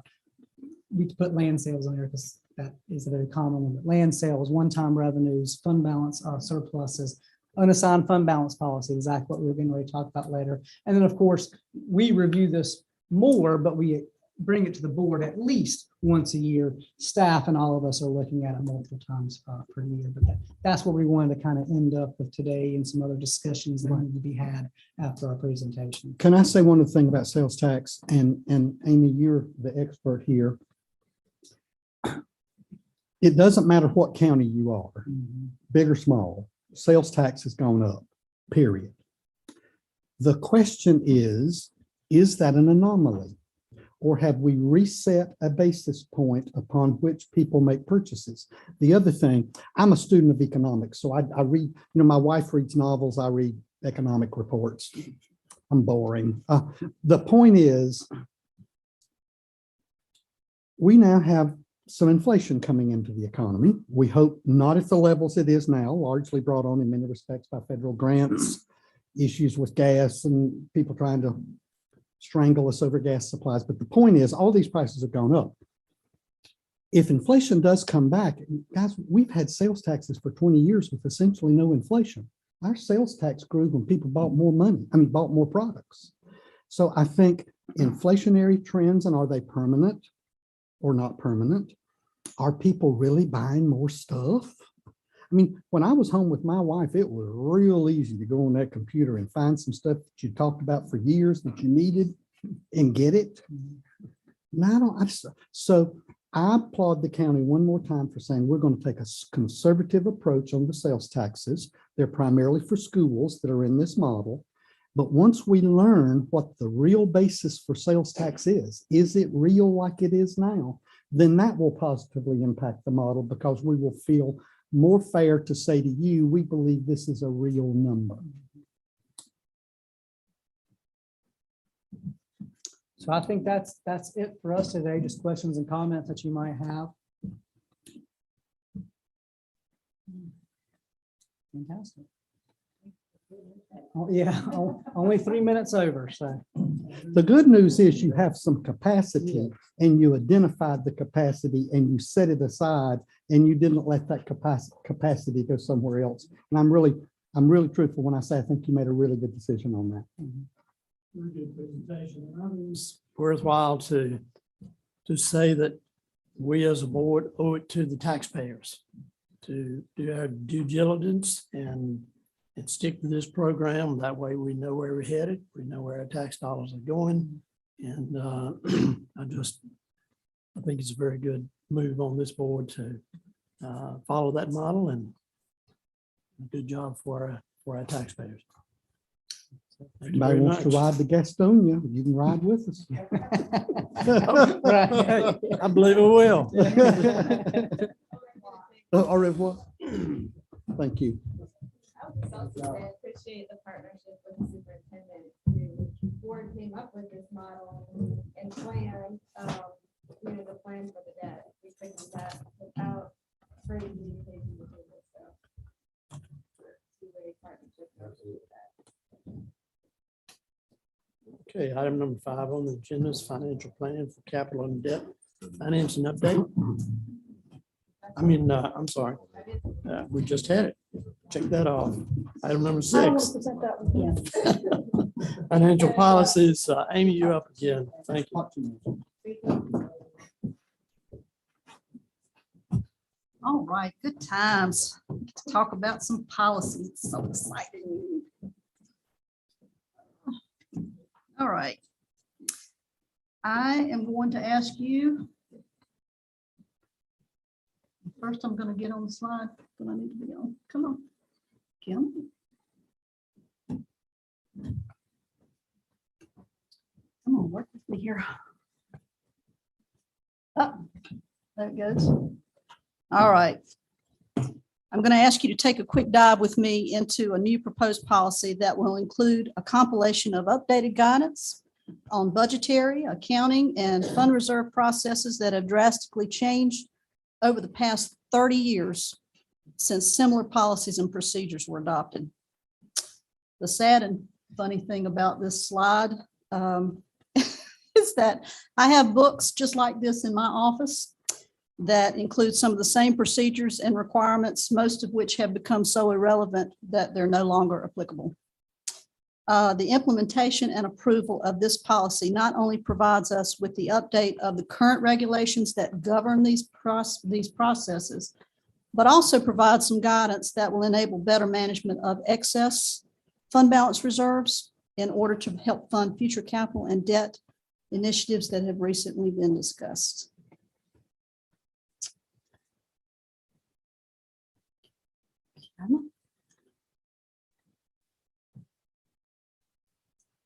There we go.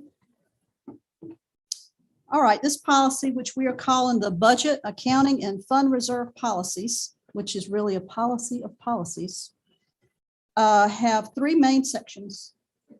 These include the budget process, budget policies, and accounting and financial reporting policies. Most of what's included in these sections are governed by state statutes, which are required procedures really beyond your decision control. So I'm not going to go over all of these areas, which I'm sure you're really glad that I'm not going to do that. But I do want to highlight the portions that, if approved, will provide the guidance necessary to more closely manage fund balance reserves. All right, the first section in the policy, which is in the policy on pages 1 through 3, covers the overall budget process, including mandated dates and other key dates during budget prep, adoption of the budget ordinance, funds that are included in the adopted budget, the relationship between the county's capital investment fund and the county's capital improvement plan, and procedures in place for adoption or for approval of budgetary adjustments during the year. Budgetary control, that last one, refers to how funds are classified and maintained within their approved funding levels. So, for example, it states that all Person County funds are budgeted at the function or project level. For internal accounting purposes, budgetary control is maintained at the department level and further at the line item level. There really isn't any new information in these categories since most of these procedures are governed at the statutory level. But from a policy standpoint, it's a great review of how our overall funds are structured and budgeted. This next section in the policy on pages 3 through 5 covers the budgetary management approach for revenues and expenditures, fund balance, reserves, other post-employment benefits, debt, and large capital projects. For example, the policy states that revenues will be monitored to ensure the proceeds from each source are at an optimal level. Changes to the fee schedule must be approved by the Board of Commissioners during the budget process, except for changes established by state law. The policy for expenditures makes statements in reference to the annual operating budget ordinance, debt instruments, and payroll requirements. I'm going to talk more in depth about that next one, that fund balance reserve policy, in a minute. I'm going to skip over that one for now. Other post-employment benefits, also referred to as OPEB, represents the total cost liability for providing health benefits to employees after retirement. The paragraph in the policy for OPEB confirms that our current management approach is to cover these costs on a pay-as-you-go basis, and that actuarial studies are completed on an annual basis and evaluated to consider other funding strategies. The debt policy portion of this section goes into detail about when we consider financing options and the controls we put in place to manage debt. There is also a small paragraph on the CIP that states how we use the plan to fund capital needs with a value of $50,000 or more over a 5-year period, and how we emphasize preventive maintenance as a cost-effective approach to the management of our infrastructure. All of the items in this budget policy section are basically documenting the management approach that we have been practicing for many years. The part, however, I want to focus on is the fund balance reserve policy, part of which starts at the bottom of page 3 of the actual policy. We currently have some guidance from an ordinance that was established almost 20 years ago to maintain minimum fund balance reserve that was at least 18% of yearly expenditures, a threshold that's also recommended in this policy. This is still a reasonable level for our county, our size, to avoid cash flow interruptions, eliminate the need for short-term borrowing, assist in maintaining the county's investment grade bond rating, and sustain operations during unanticipated emergencies and disasters. This new policy, however, goes further to set a goal target for reserves at 25% of yearly general fund expenditures. This level will provide operational funding to help address emergency situations which may occur as a result of significant financial downturn or natural disaster. In addition to guidance for the general fund reserves, this policy also sets a minimum reserve, which is the third one, in the capital investment fund at no less than 33% of debt service cost for the fiscal year. This reserve level would act to provide funding flexibility if needed to meet a financial downturn in the state of North Carolina and the impacts for the county. At the end of fiscal year 21, we reported a fund balance reserve in the capital investment fund of almost 60% of debt service costs. Currently, the reserve, when I looked at it last week, is almost at 98% due to the large amount that we transferred, that was transferred this year using guidance from the county's new debt model. As with the general fund, we would measure the results of the reserves each year to be sure we fund the capital investment fund at appropriate levels to meet the minimum threshold. But for now, reserves are well above the 33% level. All right, if we apply this set target for reserves against the results from our latest financial audit, you can see that we have far exceeded the 25% goal for the general fund by over 10%. But what benefit do we recognize for achieving this goal? This policy goes further to establish some procedures for allocating these excess funds, which is included in the last section under the accounting and financial reporting policies. This is the largest section of the policy, and it sets forth basic accounting guidelines for the overall fiscal management of the county. The information contained here provides a structure to assist in the decision-making processes for the Board of Commissioners and staff, and it establishes guidelines for evaluating current activities. For time purposes, though, I'm only going to highlight the fund balance allocation part of this policy section, which I think begins on the bottom of page 6 of the policy, since it includes new guidance on the management of reserve levels. If the unassigned fund balance reserve percentage at the end of the fiscal year falls below 18%, which is the minimum set threshold, this policy establishes a requirement for the county manager to prepare and submit as part of the proposed budget for the following year a plan for expenditure reductions and/or revenue increases that would be deemed necessary to restore the amount of fund balance to the recommended 18% threshold within 2 fiscal years. So she would have 2 years to get that back up to that 18%.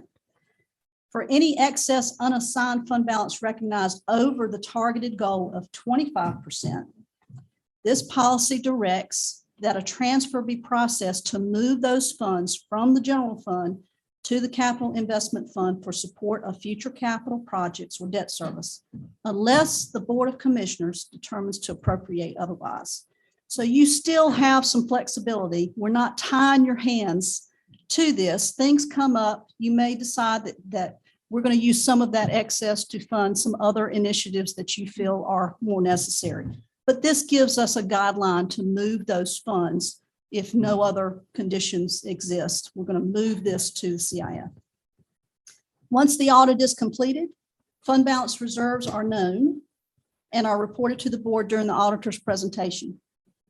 Based on this provision in the policy, I would then develop a budget amendment to submit at the following meeting for the board's approval to transfer these funds to this capital investment fund as stated in this policy. This mechanism goes hand in hand with the county's new debt model that our debt consultants just showed you, in that it provides a consistent source of revenue to fund future capital and debt expenditures without having to place the burden on the general fund.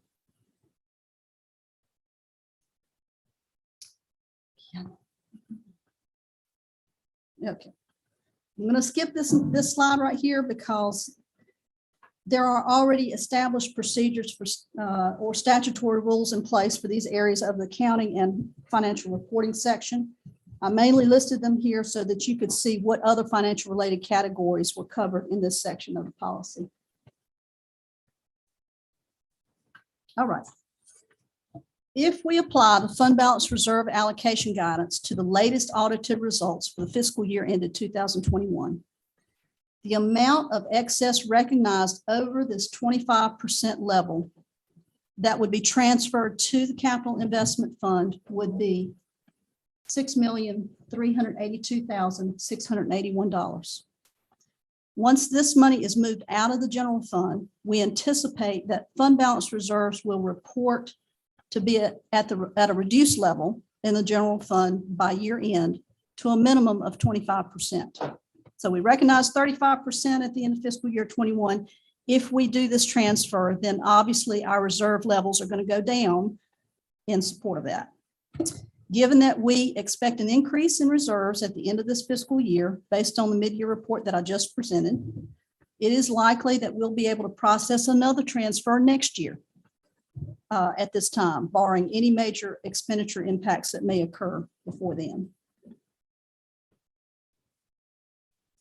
Yes, ma'am. You're looking at that, putting it into the fund. Into the capital investment Fund. So how does that, the 735, how does that, you're talking about an annual funding of 735, that's correct? 735. That's the amount that we would need to add to the debt. Add to the debt model. Yes. So you're taking that 6 million change and you're dividing that, you've got 8 months or eight years. Mhm. 8 years of funding right there. Yes. Okay. But But- Adopt the policy. Okay. Okay, I just wanted to make sure, I'm like, okay, this is good so far. this is good. Uh-huh. The thing that we can't guarantee, obviously, Mhm. we're having a good year so far. Right, we don't know what's gonna happen next year, the year after. That's the year right. We after. won't always, this is a result of several years. Accumulation, good- correct. Good revenues coming in. So this is going to be a one-time push into this fund. Okay, I don't expect us to have this much next year. we still have to every year keep We still, planning. right. Right, It is okay. possible that in the future year, in 2 years, we might not have enough revenues coming in to support the expenditures that we have. So we would have to use some Mm-hmm. of that, and we would fall below that 25% level. In that case, we won't have a transfer going in. Right. So this is just for now. This is why this looks so large, Mhm. is that we have had several years of surplus funds. And so this is the best time, I think, to move these funds into the CIF to help support the initiatives that are on the table.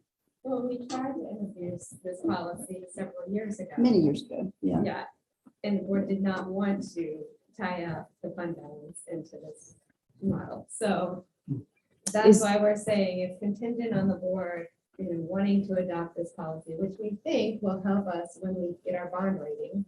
We think this will help improve our bond rating. So it really just depends on if this is something the board wants to do with those funds.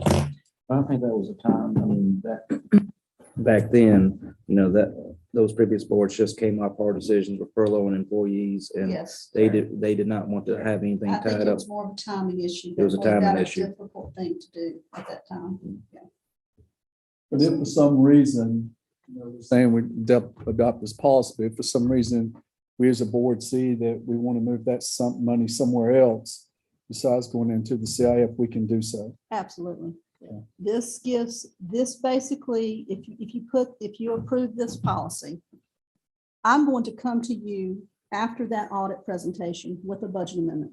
And I'm going to say, okay, based on the policy guidance, I'm proposing this budget amendment to move these funds to the CIF. At that time, if there is some other great needs that you feel like we need to dedicate some of that money to, that's the time you say, you know what? I feel like we need to divert some of these funds in this area, and then the rest of it going to the CIF. You can absolutely do that at that time. In the general fund as a buffer, right? We're still going to have that 25% target in addition to the transfer of the six. I mean, so we're still going to keep that reserve We're still balance. shooting for the 25%. Minimum 18, we're shooting for 25. So Right. we're still, so even if we move that money over, we're still shooting for that reserve balance. So we're Right. not going to be empty. Right, and Right. you're still gonna have some flexibility Right. within that 25%. 15 million should cover some contingencies, right? Yes. 15 million absolutely. should cover some contingencies. Absolutely. That was a good questions. Any other? Okay. All right. Takeaways from this discussion. The policy includes a compilation of updated guidance on budgetary and accounting processes that have drastically changed over the past 30 years.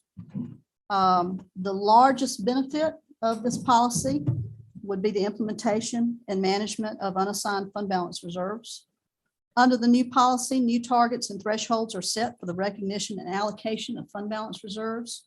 The transfer of excess reserves over 25% to the CIF would facilitate the ability to maintain reserves at a consistent level each year, as well as provide a consistent revenue source for future capital and debt expenditures.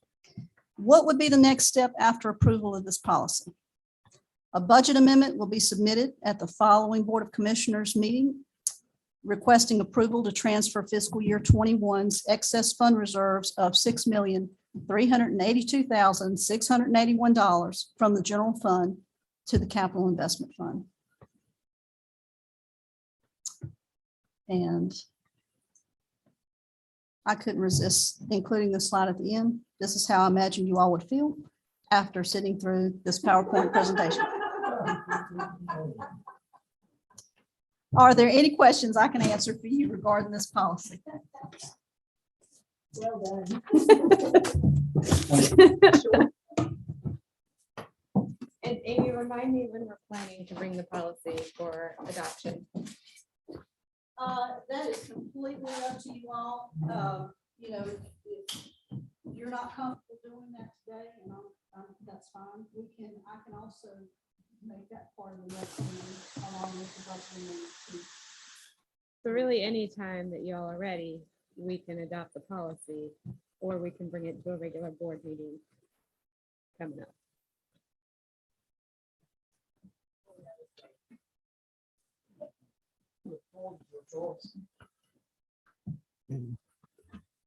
I'm certain time with it.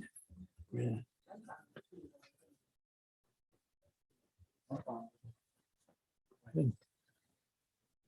Motion, Mr. Chairman? Yes. In form of motion? Yes. Yes. Well, I need to make that. I'll make the motion. We accept the Two policy. of you have said. So I've accepted the motion. Okay. Go ahead. Who made the motion? Let's Chairman? Neither yet. Oh, make a motion to proceed with the policy change. You heard the motion as stated. Any discussion on that further? And ask the finance director at the next meeting to give us a budget amendment. Okay. All in favor of the motion as stated, say aye. Aye. Opposed? None. Motion carried. Thank you. So you don't have to put that on the next agenda. Item number 7, the American Rescue and Recovery Funding Plan. Ms. Kathy. It is. Good morning, everybody. We are talking about the ARP, the American Rescue Plan funding that we are receiving as a county.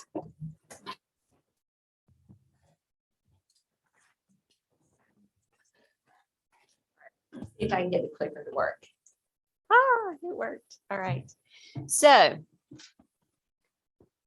Commissioner Gentry brought this up in our last meeting. This SLFRF coronavirus state and local fiscal recovery funds. This is what we're talking about. The amount that that Person County received is $7,670,470. So this is money from the federal government that we have been given. We have known for quite a while that we have this money, and there are timeframes associated with expending this money.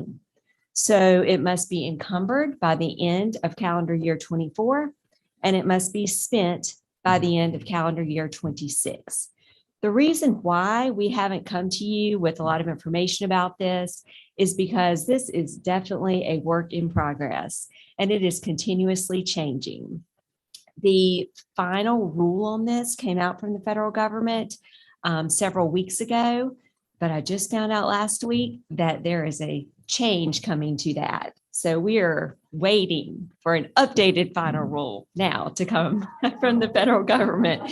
So we have a wonderful resource in the School of Government. They are doing weekly office hours on this, where they set aside 1 hour each week.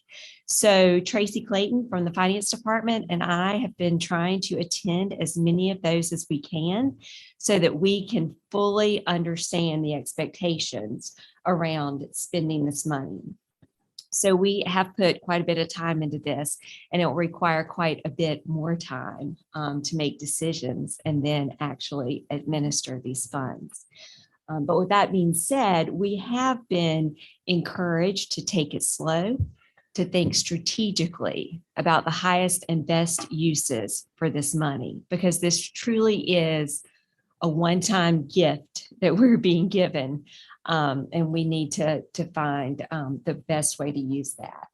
So some of the language in the law that the federal government passed to enact the American Rescue Plan talks about providing this money to counties to continue our response to fighting the COVID-19 public health emergency, bridging local economic recovery, and a catalyst for transformational and equitable change in our community. So there's quite a bit there in this language, but just a lot of what is being kind of continuously hammered in is thinking strategically about this, thinking about transformational projects within the community, and also keeping equity in mind. With that being said, it also identified several allowable uses for these funds. So for quite a while, many months, we were looking at these 4 categories of expenditures and saying, we can only use it for these 4 things. Replace lost revenue was number 1. Well, our finance department did the analysis and we didn't have any lost revenue, which is great. It was great, but that ruled out that most flexible category for us, which would have allowed us to figure out our lost revenue and use that amount of the ARP funding towards general government services. That's number 1. We have since found out we can use that category, and I'll explain why. But number 2 was to respond to the public health and negative economic impacts of the pandemic. Number 3, provide premium pay for essential workers. And number 4, invest in water, sewer, and broadband infrastructure. So we had been focusing on 2 through 4 and how might we use this funding.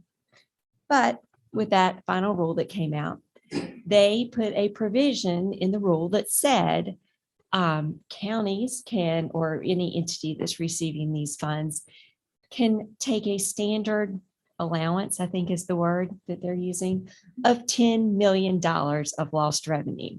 So we don't have to demonstrate that we lost any revenue. We can just use up to $10 million of our funding towards general government services as if we had lost the revenue. That covers our entire allocation. So now that opens up quite a bit of flexibility for us in how we can use these funds. And translation, as far as defining general government services, anything that a local government has state law authority to engage in, including public enterprise activities. So that really opens it up. I mean, we can use this money. We don't have to necessarily think in terms of those specific categories. It truly is broad in terms of how we can use this $7 million plus. I do want to reiterate what Amy said about the staff time that is necessary to support expending these funds. There are so many compliance requirements, and that is part of why we are spending our time on it now, to make sure that we're familiar about these requirements so that we can keep the county in compliance, so that we can use this money and report back to the federal government that we have used this in the way that it was meant to be used. We've already done step 1 up there, which is adopt a grant project ordinance, but you will see updates to that in the future. Setting up an accounting system to track our obligations and expenditures. Then there are all these other policies that we are required to have, written policies and procedures in order to spend this money. So some of these we already have in place, but we are evaluating what we have. I mean, there are definite updates and new policies that will need to be created. So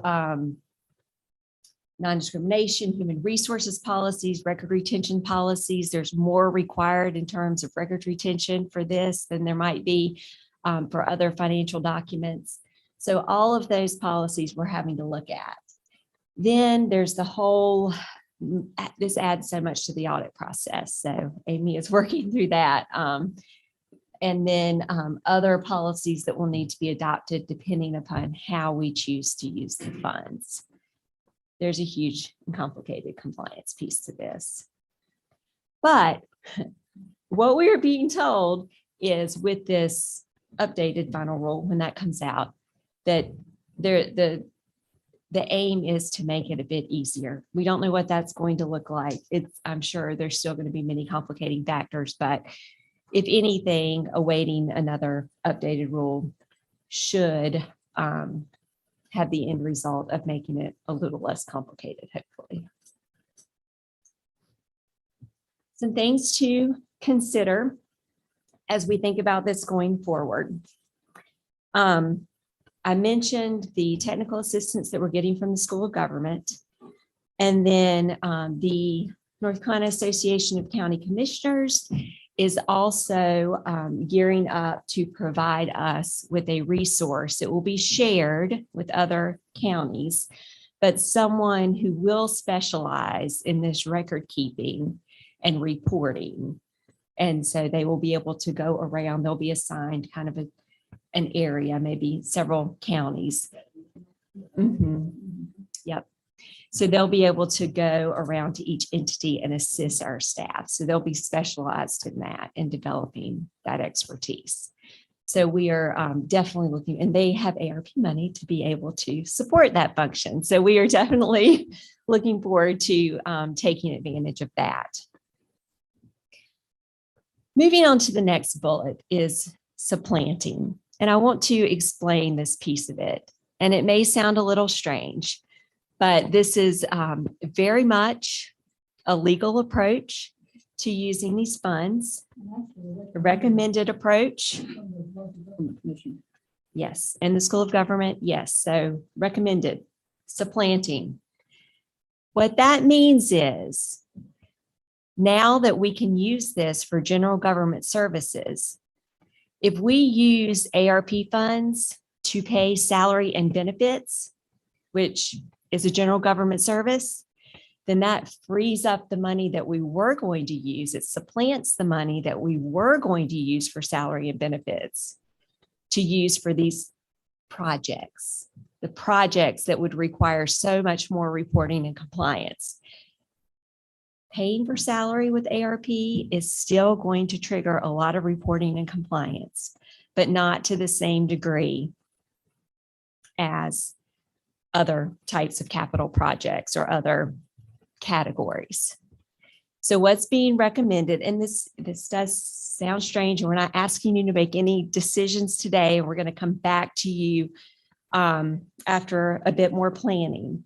But in the end, what you are likely going to decide to do is use the ARP money, specifically through the grant project ordinance, to pay for salary and benefits. For example, if you paid, and I'm just using this as an example, the sheriff's department salaries for the patrol and jail for the next 2 fiscal years, so fiscal year 23, fiscal year 24 with ARP funds, then you're expending the funds in advance of that 2024 deadline. And that pretty much will take up that $7.6 million, 2 years worth of their salaries.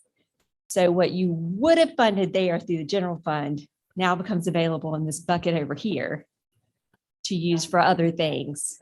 Strings Without the attached. So this same- is like a whole litter of free puppies. But there's good reason to do it that way, Mhm. because this is money directly from the federal government. Well, as you can imagine, there are a lot of strings attached if you start dedicating that directly for projects. Uniform guidance reporting, which is required under federal guidelines. There are lots of uniform guidance reports that or processes that we wouldn't have to go through if we decide to go at it with the supplanting option. And so the local government commission is saying, we highly recommend that you do this. It's not that we can't still go through those uniform guidance procedures, but they are extremely time consuming.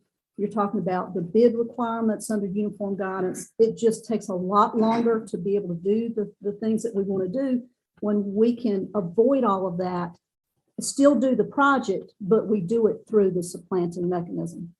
And we do it, From one column to the other That's and exactly spending the right. money. and we Okay. do it through our typical procedures and requirements that we're already required to meet, but just aren't at the level as the strings that are attached to this particular funding. So that is the concept of supplanting, which we are being encouraged to do. It just kind of complicates things in a different way. And part of what we want to ensure is that we are still, if we're freeing up these funds and we're creating a new pot of money that's $7.6 million, we are closely tracking that and saying, hey, look, this is what we have dedicated this money that we received to doing. And these are the positive things that have come out of receiving this money from the federal government. Even though the reports will say it went to salaries, which is a great thing to do, carry on our operations, but we will also be able to do these projects that we would not normally have been able to do. And we want to make sure that we keep a record of that and that we report out on that so that everybody knows what we've been able to accomplish with that money. There are a couple of things that we should not use supplanting for. If you were to decide to do some premium pay for employees, we should track that. We are being told specifically as premium pay under that reporting part of the requirements.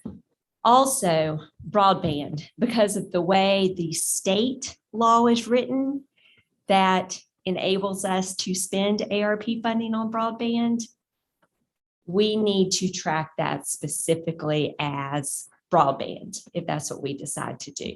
So we need to do that through the broadband category and not through the general government revenue category. So whatever we decide to set aside for broadband. And that just, again, it's related to how the state law is written and how they are encouraging governments to use the ARP funding towards broadband expansion in the state. So moving forward, making some funding decisions. What we did internally is we just kind of opened it up for some ideas from our department directors. We said, what have you been dreaming about?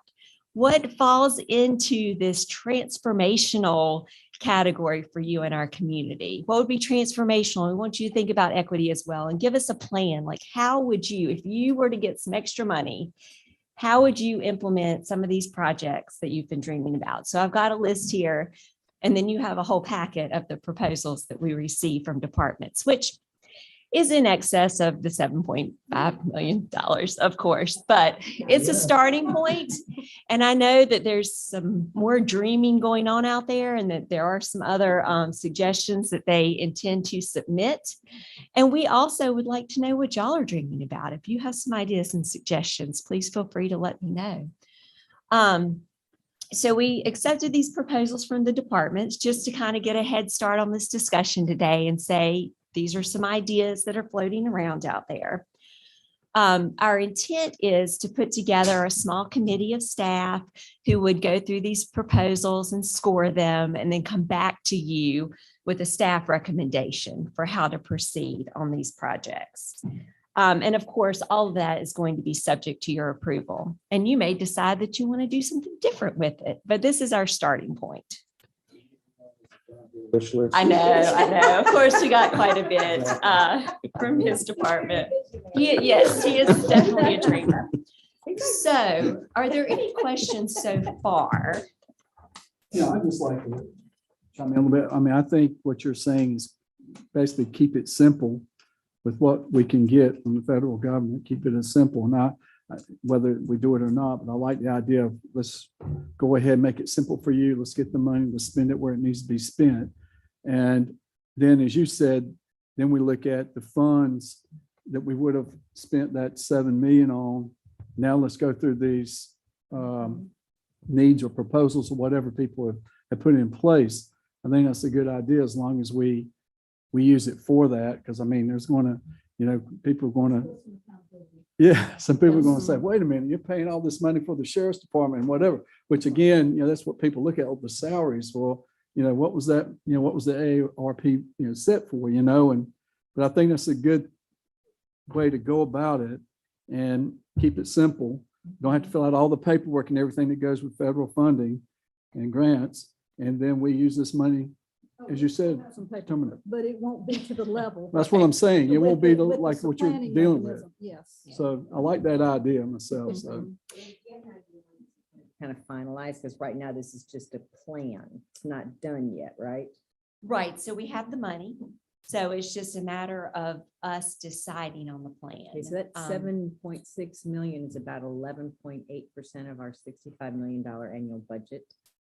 Can any of it go to our reserves or not for future?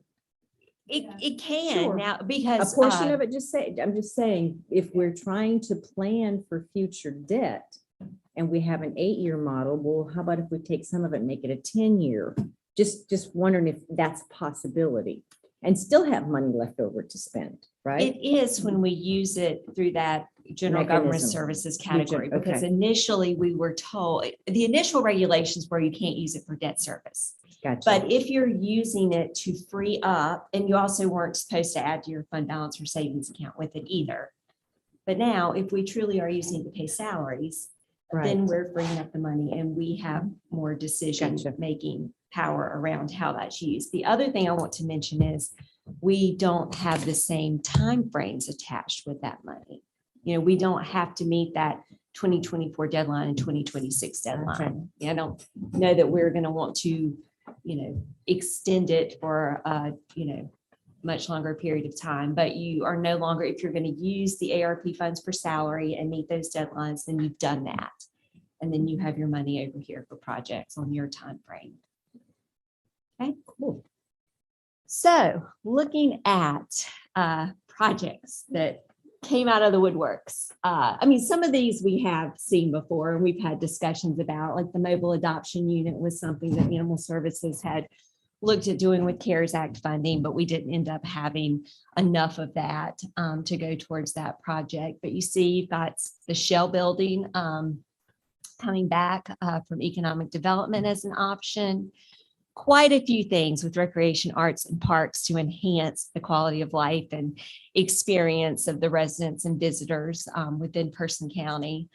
Then we've got a proposal from Emergency Services for community risk reduction, IT to help continue to enhance the security of our networks and technologies. The Register of Deeds has a proposal to digitize records going back to 1790 to make those available online so that people can do research from their homes or from afar. And also some of these records we aren't even supposed to be handling. So you get them in that system one time and then you can continue to access that file. And then broadband, which is always a hot topic of discussion. And I just plugged in $1 million. I really, and I can talk with you a little bit more about broadband right now, just to provide a little more context and follow up to our last meeting and what I found out in the last 2 weeks. But that $1 million really was just kind of a plug figure. I might want to go with 3 million. I don't know right now. So what I have found out, just to give you a little more detail about the opportunities for broadband expansion. The state Great Grant, we've talked about that. That process is open. I do know that broadband providers are reaching out to counties to ask them to partner, and nobody has asked us yet. My bet is that we don't look like a great candidate for providers to receive the Great Grant funding. I had requested meetings with CenturyLink and Spectrum over the last couple of weeks. The meeting with CenturyLink is scheduled for this week. I think it might be tomorrow or Thursday. So Jeff Brooks and I will be talking with the government relations manager with CenturyLink to try to get some more information.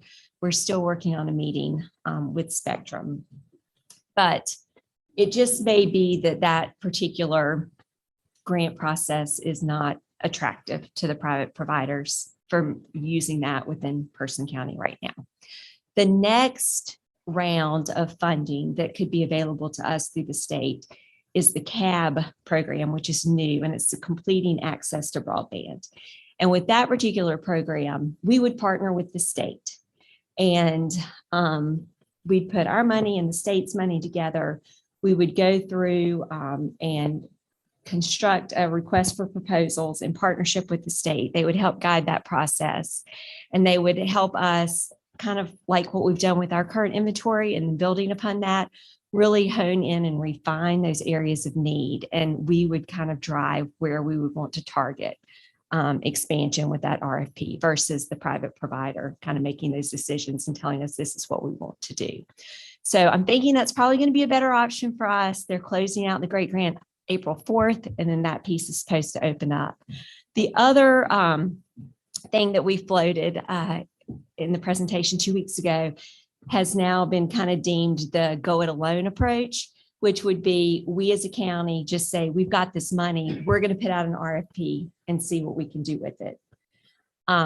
If we do that, then we are, due to the way the state legislation is written, we're cutting ourselves out from being able to participate in either one of those programs. So I would say, let's don't do that right now. We are still trying to see what we can do through the Great Grant and the CAB program to see if we can get some traction in either one of those to move forward with improving broadband in the county. So, questions about that list that I just rattled off?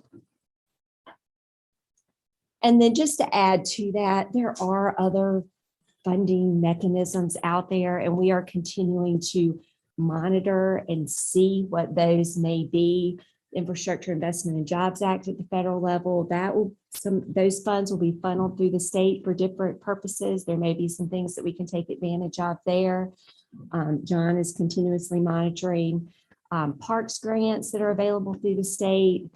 Some of these projects could eventually be worked into our CIP if we wanted to, or if we wanted direct some of the ARP funding towards the CIP projects. It's all kind of interchangeable at this point. So we've got a couple of different lists going here. To get back to your point about when do we figure out our plan, we'll talk about that a little bit more in a minute. We've got money coming from the state in the form of directed grants. I think you're aware we've gotten $300,000 for the volunteer fire department. So we will be using those to buy new turnout gear for them and to upgrade all of their radios. So we've got that in progress. We're getting money for the airport from the state for the directed grants.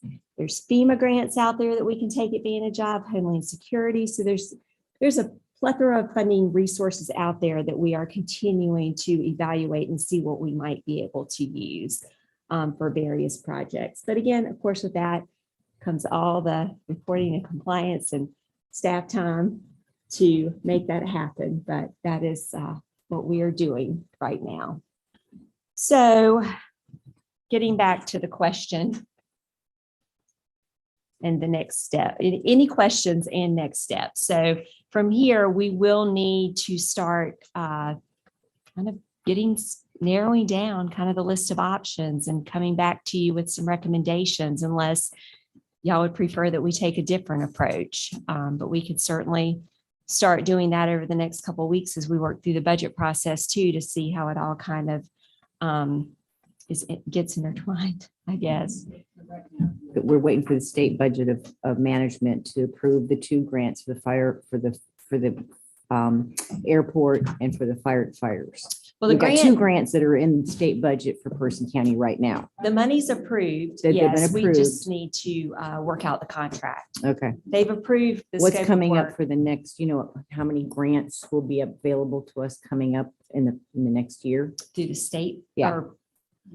So as far as We haven't looked on there. It's an evolving process. it Okay. is, it is. I mean, this is Is one that, Right. that's coming, Mhm. but we don't Yeah. don't have any details of that Okay. one yet. So there are several that we've already received, like the state directed grants. Mhm. It's just a matter of filling out the final contract paperwork paperwork. before they will Release the transmit money. the money. Okay. But there are other grants like that are more potential at this point. We just don't have enough information about them yet to know what they will cover. Okay. it's just opening up a door to many possibilities. So You look so joyous. I mean, I am to a certain degree, but then on the other hand, it's very, kind of intimidating to think about all the strings that are attached and Yeah. making sure we follow all that guidance. So any other questions for us or any other direction that you have for us as we proceed with developing some recommendations? Address Miss Amy. Are you sure one person is gonna be enough to help you?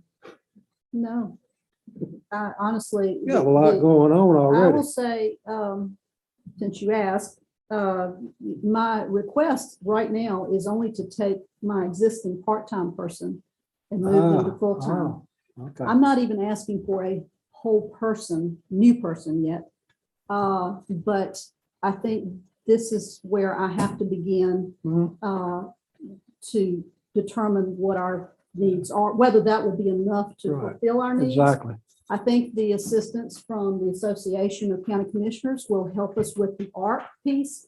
There's so many other areas, as you can Factors, see, yeah. that Right. we're still going to have to address and challenges with audit issues. So I think for now, this is all I'm going to be asking for until Starting point. a right. starting point, Right. until we can figure out whether that's going to be enough to help us stay compliant. How long, what's the minimum hours that this part-time employee works? They will work the same amount of hours our full-time. which is- Currently? Currently, they're only working 3 days a week, Okay. and it's just, this is not enough. Not enough. Yeah, so we're hoping that, and she's already trained for the most part to take over this full-time position, which is helpful because then we don't have that training ground to cover. Of course, I have another position, the Assistant Finance Director, that I'm still attempting to fill.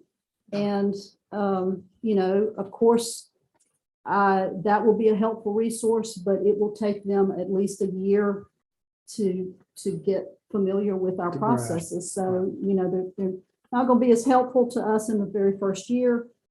So we are going to be behind, I think, trying to keep up with all of these things. And it's like Catherine said, I mean, they just keep coming, which is great.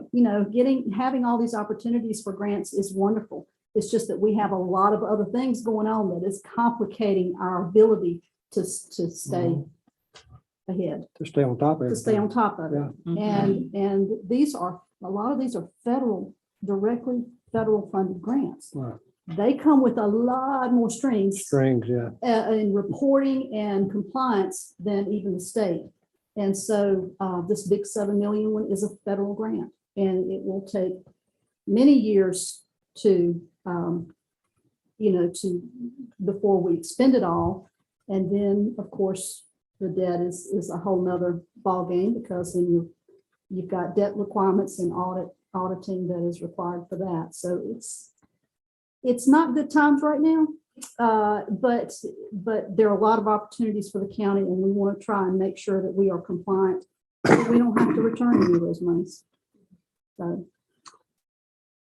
I question you on that strictly because I see the amount of work that my wife does as a public school teacher.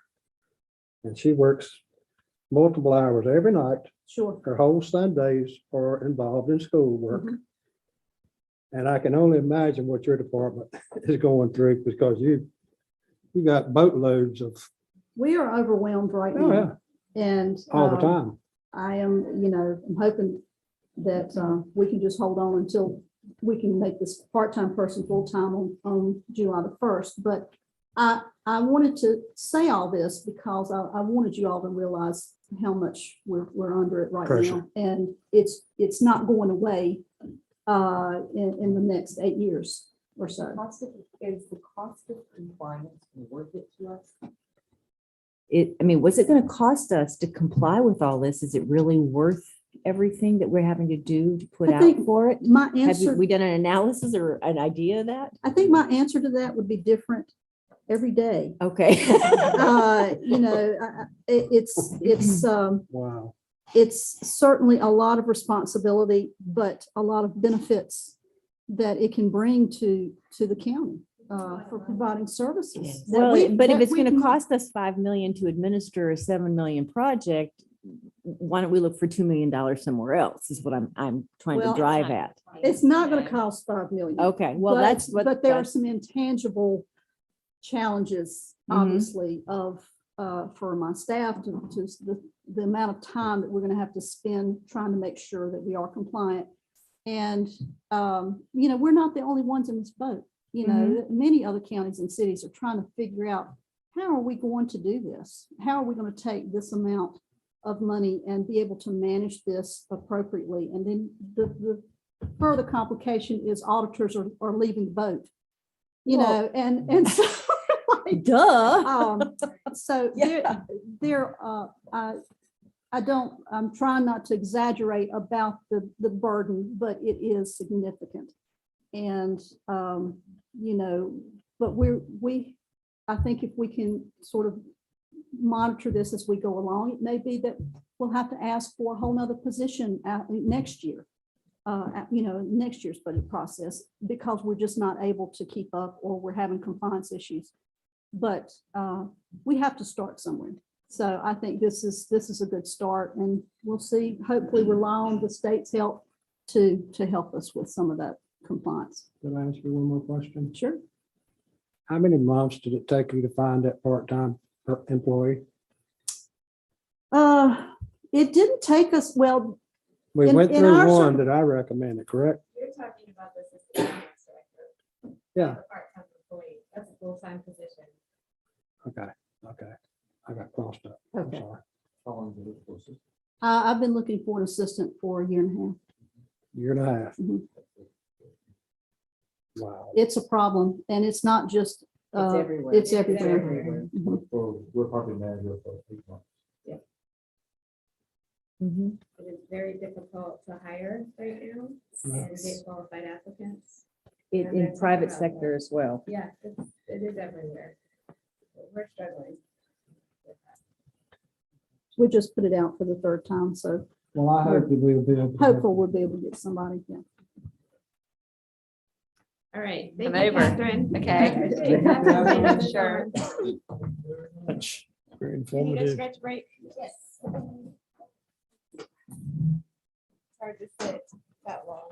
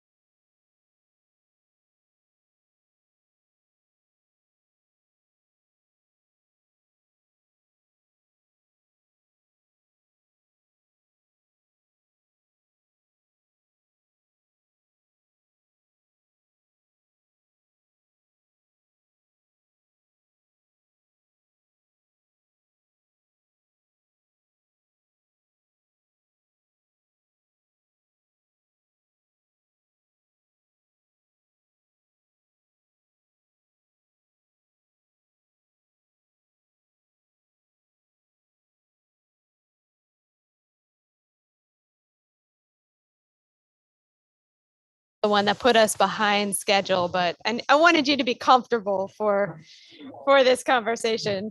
So my part of the agenda is talking about kind of what we know so far as we're heading into the budget process, what challenges we're currently facing, what we want to put on your radar screen, where we're headed, and then we'll wrap up with some goal setting. So I personally cannot stand surprises. And I use this as an opportunity to make sure that you won't feel surprised as we move into the budget process.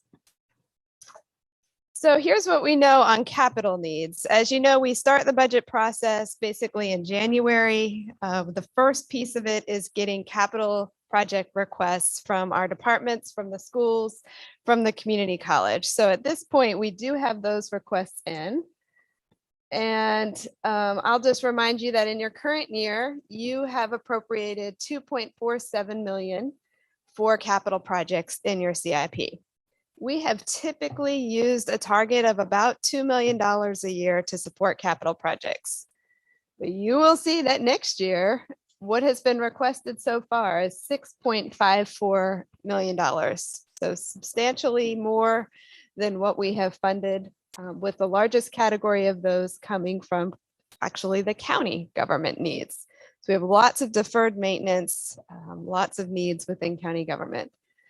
My target, what I'm looking at for next year, is around $5 million towards capital. But we have the possibility this year of using other funding sources for some of these needs rather than just the general fund.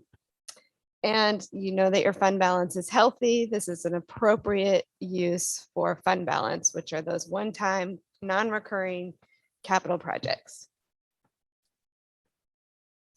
Here's just a quick highlight as I looked through the list of what's been requested. The big ones for county government include $1 million towards the city's Western Sewer Interceptor expansion project. There's several roofing projects. And we do have an amount of money we wanted you all to consider for the auditorium update, should you want to continue meeting there. One thing is chairs in the auditorium for board meetings, table space, desk space. So if we would like to convert that space into a boardroom, we think that's something that we should probably consider doing if we want to continue to meet down there. So the total request next year for county government is about 2.87. Person County Schools is about 1.12 million. They have a big project for their high school parking lot paving. They have an expensive roof repair at North End Elementary. They had some communication radios. This is not an exhaustive list, but gives you a flavor of what some of those requests look like. And then Piedmont Community College, their request is about 2.55 million. I do need to let you know that Chairman Powell and I got an email after 8 o'clock this morning from Dr. Senegal saying that they want to revise their request and not ask for the Advanced Technology Center request of 500,000, but instead are going to replace that with a standalone building on their campus that will contain science or welding, some other type programming. So we have not seen that.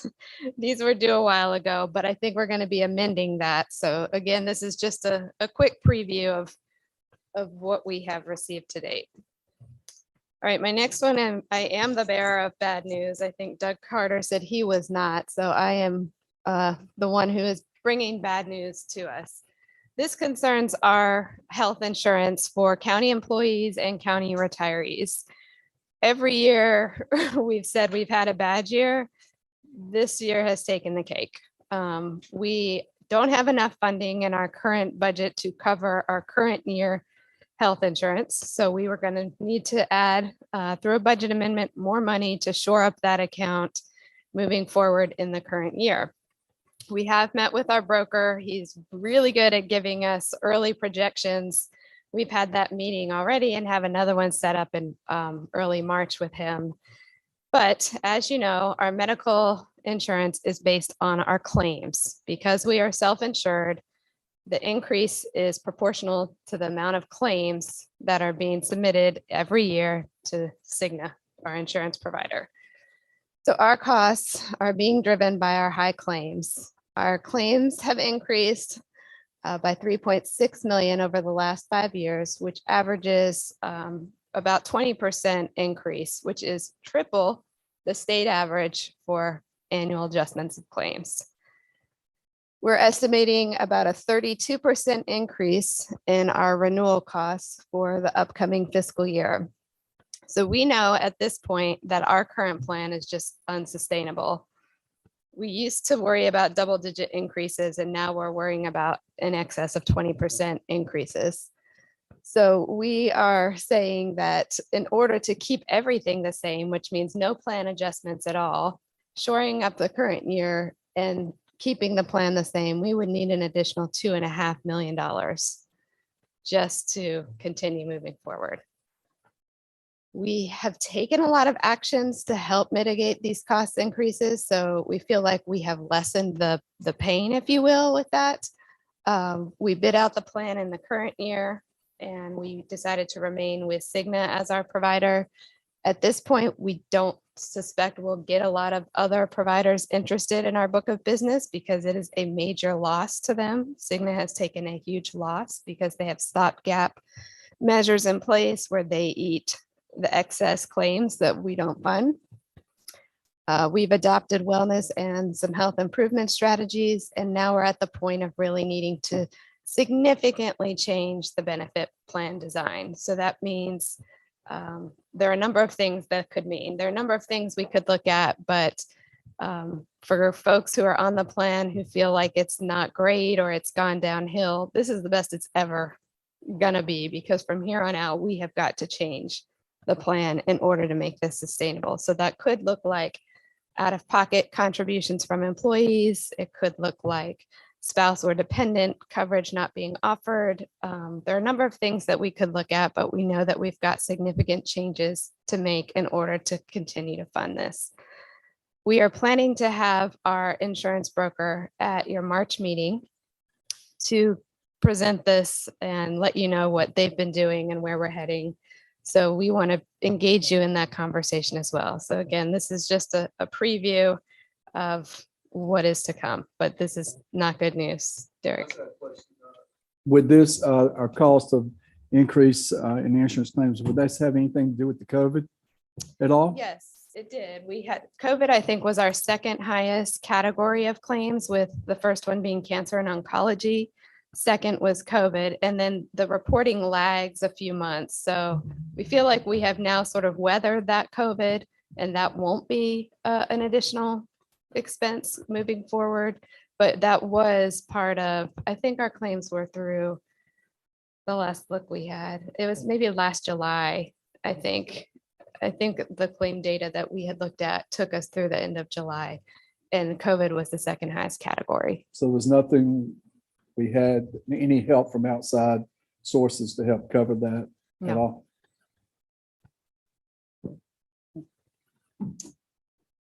Okay, so I'm going to talk a little bit about what's going on within our organization and some challenges that we're facing. Turnover and vacancies happening everywhere. It is hitting hard here in Person County. So according to the Bureau of Labor Statistics, the average turnover rate in the local government sector for through February 1st of 2022 was 15.2%.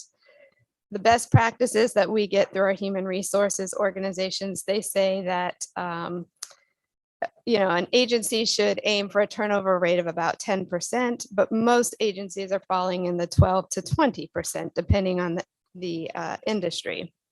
So for Person County, the fiscal year 20 to 21 turnover rate was just shy of 24%.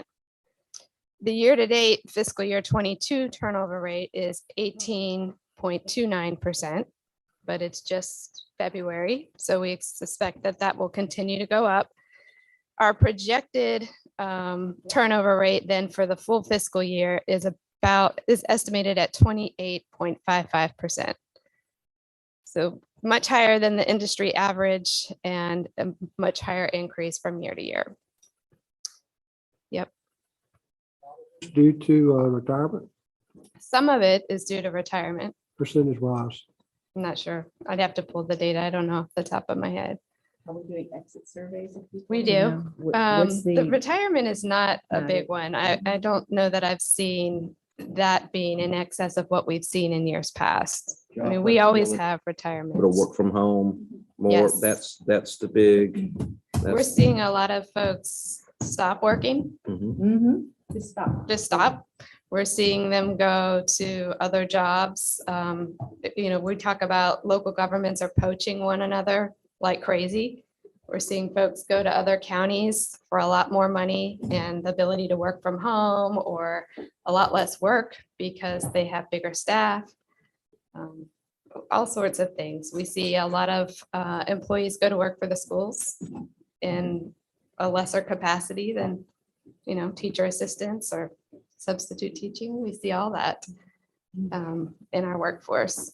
So our vacancy rate, we had on this month, we have 18 full-time positions that are vacant. So that's about 4.88%. I'm sorry, that was last year. That was this time in 21. So in 22, our vacancy rate is 25 positions, which is about 6.7%. And again, according to the Bureau of Labor Statistics, the average vacancy rate in local government is typically about 4.35. So we're a little higher, but not as extreme as some organizations. But we are seeing this turnover and the hiring challenges in every single department. We've never had issues in like our sheriff's department, and they now do not have a good pool of applicants. So it's hitting everywhere. So one thing that we did, we implemented an employee engagement survey. Our HR director recently completed this survey, and I am going to have her present the results of that survey at an upcoming board meeting. We had almost 60% response rate to that. And there was actually, it wasn't nearly as bad as I thought it would be. We had 80% of respondents say that they're proud to work for Person County. 70% were satisfied with the benefits. 70% say that they're able to achieve a work-life balance by working with the county. And we, not surprisingly, heard that nearly 80% of our workforce wants to be recognized with an increase in pay. So we are putting together action plans based on what we've heard in the survey, and we will bring this to an upcoming board meeting to delve into a little bit more. We got a lot of great feedback from that survey. Our HR department is also asking to do a salary equity study in the upcoming fiscal year. The cost of such a study is significant. It's about $130,000 to $140,000, and it would review the total compensation structure and do an equity analysis. So they're looking at job description reviews, making sure that those are accurate. They're doing an internal pay equity analysis, making sure that positions are graded appropriately. They're doing a classification analysis, and then they're looking at the market and making sure that our base compensation, our benefits and supplemental are all, competitive within the market. So that is a request that will be coming before the board if we want to proceed. That In the government market. we're talking about public So sector. I'm thinking to myself here, all that stuff is probably readily available. We cannot pull that data up from a statewide aspect. We have to do a study. The data of that's this? available is our salaries. Right. Right. So from the school of government, you can Mhm. pull, a county manager salary. So we could do that part, but the job descriptions and the classifications and, the other pieces, no, we could not do that ourselves. More to come, but we're thinking that we need to make sure that our employees, that we can retain the employees that we have and that we're able to recruit the best, highest quality candidates for our position. And right now, we're struggling on both of those. Requests for new positions. So next year's budget right now has requests for 18 new full-time positions. I'm not saying that I am recommending 18 new positions, but I wanted to let you know where departments are feeling like they need help. So that would take us to about 419 full-time positions if we were to approve all of those. And then the last bullet I have on here is talking about the cost of living and consumer price index. So the consumer price index is an inflationary measure put out by the Bureau of Labor Statistics. That is one measure of what it costs to do business and to operate, cost of goods and services within the market. The county, probably 10 years ago, stopped doing any sort of cost of living adjustments because we introduced a pay for performance merit pay system where employees had to earn either a 2 or a 3% pay increase. And so we sort of went away from the cost of living adjustment to that. We have never revisited cost of living adjustments, but they are actually targeted at two different things. So I wanted to let you know what the consumer price index looked like. And this would apply, the measure that I selected here is the consumer price index for the South region, which specifically includes North Carolina. So we do not have New York, we do not have California in there. It's just our region of the South. This is from January of 19 on the graph to January of 22. And then the 7.8% that you see there is the measure of what the index is from January 21 to January 22. So for 1 year, the cost of inflation for the South region, and this is also further defined by public services. This is not the same measure that you would see for private industry. This is just for government goods and services, is 7.8%. So if we were to do a COLA, a cost of living adjustment, those are typically based on the consumer price index. If we were to do a 7.8% increase, that would cost our organization $2.5 million. So recurring costs, once you put it on the salary, it changes the level of their salary from here on out. That includes the benefits as well, and that includes all the positions that are requested for next year. A 5% would be somewhere in the neighborhood of about 1.6 million. I'm not sure what amount I would propose, but I'm feeling like at some point we probably need to revisit the idea of a cost of living increase because we can see that that's done nothing but grow and go up substantially. We also stopped doing this about 10 years ago because as we started to look at that index during that period of time, it was relatively flat. Some years it would be like a 0.2% increase. Some years would be totally flat. So we sort of just got away from that. But now that it's growing, I mean, we all know gas is costing more, groceries are costing more, and that's what's reflected in this graph.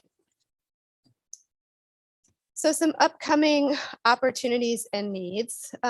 Most of these are not new to you all. You know that we're working on a merger of the Person Industries and the Recycling Center. You funded that study in the current year CIP, and we're estimating now that that merger is going to cost somewhere around $2.2 million. And we would plan for that, not in the upcoming fiscal year, but in the following fiscal year. I wanted to give you a preview on the volunteer fire department funding. You all made a very wise decision to shift all of the funding to the fire tax to support your volunteer fire departments. And so we've made that change, but we also proactively have awarded them for achieving ISO ratings. We know that we have 3 volunteer fire departments who are working on lowering their ratings in the upcoming fiscal year. And we want to make you aware that there is significant momentum building for a proposal of the fire departments to put in 2 paid part-time employees at each VFD. And the projected annual cost is somewhere around $790,000 to fund that. And again, because they're fully funded through the fire tax currently, that would require an adjustment to your fire tax rating if you were to support that proposal. So that will be coming to you down the road, but right now it looks like the fire tax rate, which is, I think is 2.75 cents, would need to go to 5 cents if you wanted to fully fund. The current fire tax rate is 2.75. Mhm. If you wanted to fund this proposal that is going to be coming to you at some point in the future, the rate would need to go to 5 cents from 2.75 to support that. Somewhere in that ballpark. Numbers might change slightly, but that's sort of what we're looking at and wanted that to be on your radar. I also wanted to remind you that we have this community projects fund with Republic Services. So we have just under $200,000 and we need to figure out some community projects to work on with them. They want to be at the table and considering what projects are being funded. So that is also available to us. And then the last bullet, we've talked about this before as well. Your human services building lease, which was a 20-year lease. It ran from 2005 to 2025. It'll expire in August 1 of 2025. That is going to be up for a decision of the board. Right now, we are currently paying $102,000 and some change per month. So that's about $1.23 million per year. We do get some reimbursement through Medicaid of that amount, but we have made a significant investment in leasing that space and need to think strategically about what we want to do moving forward with that space. Questions about any of those? Okay. So this is a reminder of the goals that the board adopted last year. And last year, each of you submitted your number one priority for moving forward with the budget process. You had improving the economic development process, supporting the airport, improving broadband connectivity, keeping the tax rate flat, and improving school facilities. And so we tried to make your fiscal year 22 goals a part of the budget and try to make funding decisions based on that guidance. So this is the point of the year where we come back and ask you, would you like to make new goals for the upcoming budget that we can then use to guide some of the funding recommendations that'll be in your proposed budget? Would you like to stick with these or make some adjustments? We are really open to, whatever the board would like to do. This is helpful to staff when we're building your recommended budget to make sure that it reflects the goals of the board. So with that, I would like to ask y'all for some guidance on what goals or priorities you might have for your fiscal year 23 budget that would help give us some guidance in the budgeting process. Commissioner Palmer, you look ready, and I remember that yours was supporting the airport last year. Right, and I am severely concerned over the broadband issue that the northern sector of the county is facing. I would like to think that this $7 million, we could appropriate a good portion or a decent portion and not put it all towards one department. That's my recommendation. Okay, so you would want to keep the improving the broadband connectivity as a goal for next year's budget. Absolutely. Okay. Other direction, guidance, feedback from the board?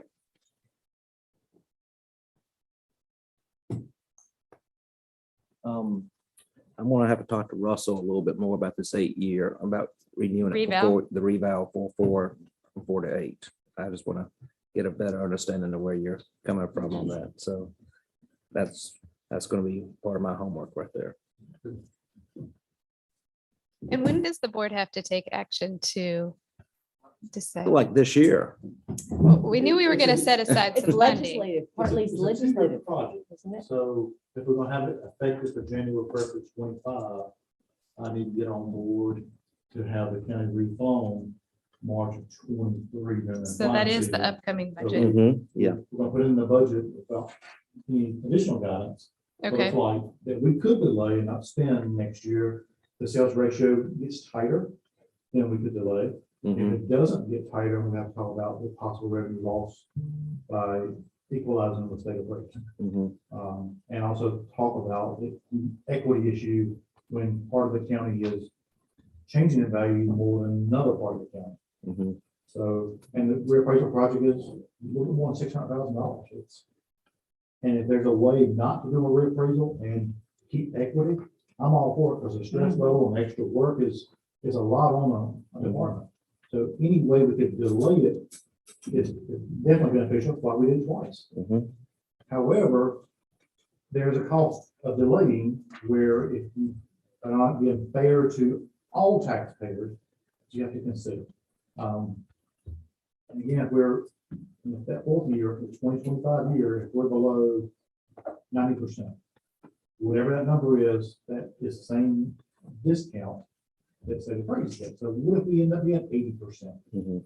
And the state appraises paying $7 million?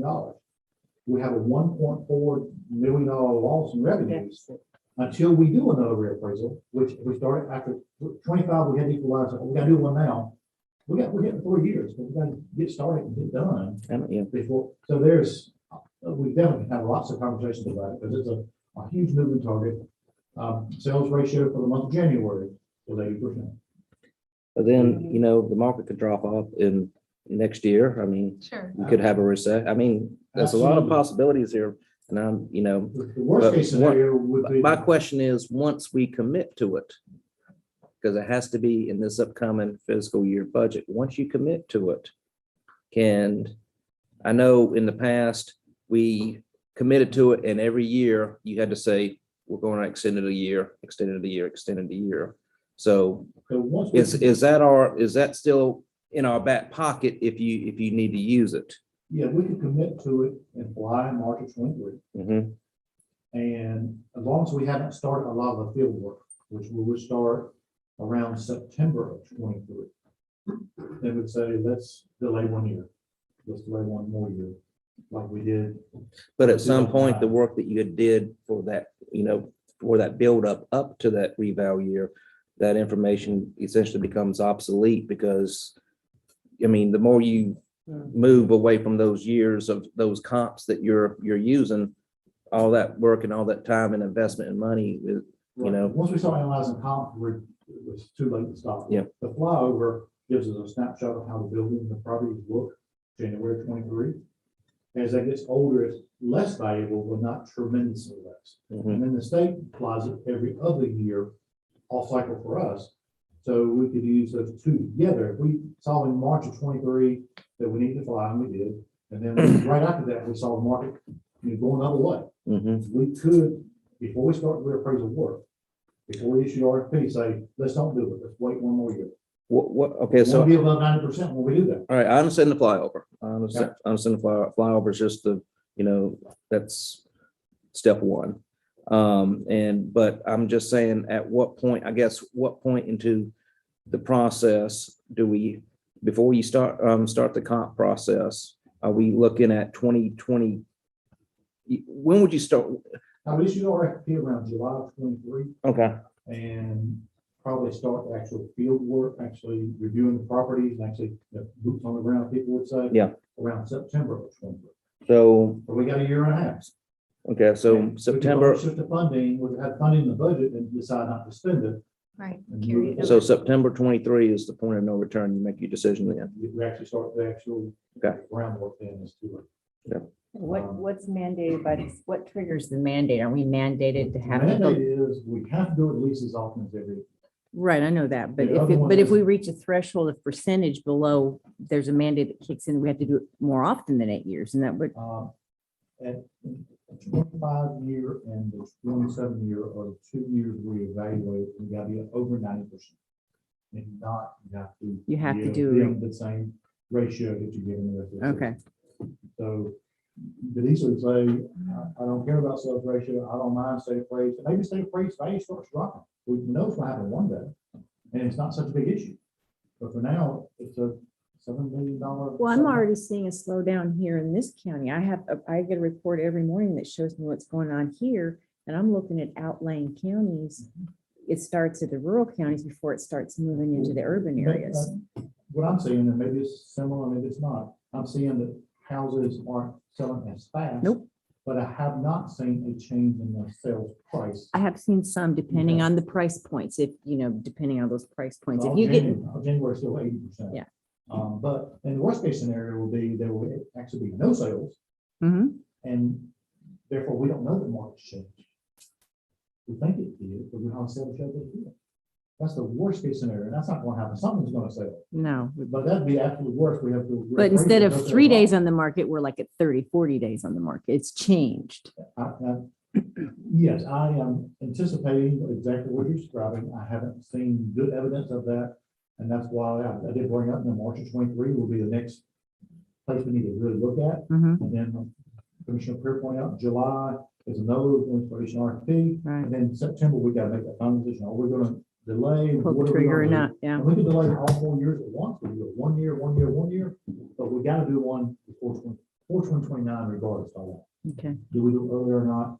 With a $600,000 price tag, stress on staff, stress on citizens, that is the big puzzle.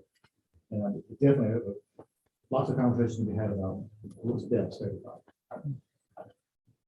a big deal. I'm glad we're taking the time to understand that. Is there a goal in there that you would like to articulate for the budget process? I mean, I agree with funding the flyover. Okay, I mean, I don't have any problem with that, but I'm just saying, keep it you know, close. that board then needs to have that in the Yep. back of the mind. Yep, that's why we wanted to bring it forward That's today. why this March, we probably let the company know around January that we're Yeah. not gonna fly. So we're still in the same timeframe, but yes, it's on my radar for sure. And anything changes, I will make sure we'll know. And you'll see it in next year's budget request. So also why we wanted to make you aware. Commissioner Gentry, if you see something that happens that's heading this way, You're watching probably the I'm watching same every- data that I do. every yeah. sale that comes through, we're looking at trying to figure out what was considered on the sale price. Very Other goals that any board members might like to propose for the upcoming budget? I'd still like to maintain the goals that we set out. I think improving the economic development process. Yep. There's a number of things after being here a year now. There's not just one thing that Mhm. impacts it. I think the broadband connectivity is huge. Mhm. I think we should engage more with DOT to see how we can get our infrastructure in better condition for access. I think we still have a lot of potential here on our northern and our southern boundaries. What I am concerned about is the bulk of our tax money comes from residential and we're losing industry. We've got to replace that. I think the highest employment will be on our northern border. I think the southern border will create income, but I don't see where the jobs, the infrastructure of manufacturing is going to come on the southern border as much as our northern border. I could be wrong, but it's just not something that I see just because of what's land availability and what you can do with it and all that kind of stuff. So there's just, where we are going to have to replace our industry. Otherwise, we're going to end up like Orange County and our tax rate's going to go up because the only people putting money into the coffers are residential landowners, homeowners.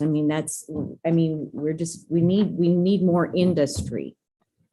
We need more industry manufacturing to help support our economic base. Otherwise, we're going to have to raise taxes, I think. So I think it's a push that we need something. So And part of that Western Sewer Interceptor investment is supposed to help allow for more commercial development or industrial development on the southern Right. end. One thing you brought up, the DSS, the health, the lease is up for renewal in Yes. 2025. Just as a history lesson to this board, that we've had that lease since 2004. At your cost, $102,000 plus. I know some of that was subsidized. It was an escalating. Escalating. lease, So that we're at the And highest. You're at the Right. highest Rate. point now, That's but right. that was 21 years of being in that building. And you got to think of were we better off building our own building as opposed to being locked in for another long-term time? So that's something for the board to consider later down the line. As well as Russell. I think ours started in 2008 or 9, Mhm. and we have a 1-year lease. Same issue, because the biggest push for power office staying uptown was the lawyer surveyor, courthouse, commerce to uptown. Mhm. And the thing about the social services, human services building, you got 4 years, you make a decision there. Mhm. I'm not to preach the board, but it's, gosh, it'll take you 2 years to build it if you knew you're gonna build it right now. It's essentially, it'd be close to a 5-year plan from the point of you've made your decision to the point of, because it is a big deal. Yep. And the county has faced some real challenges being a tenant. That has been a huge challenge over there to have the maintenance needs met for our staff. We have really struggled with that as of late. So there have definitely been some issues with not owning that space and needing to have, quick response on maintenance issues. We're taxed with the home that's there. No, they're to provide for the maintenance. And so the challenge has been their maintenance not being able to Timely address. be addressed in a Okay. timely Okay. manner. Address that in a lease agreement, to give yourself options. If X, Y, Z doesn't happen within a period of time, you have the right to, to go forward and fix that. I mean, that's not something that's not changeable. I don't know that we want to own more property. It's a prime location for retail space, because the county won't be in prime retail space. So we want to step back one block and build something somewhere else.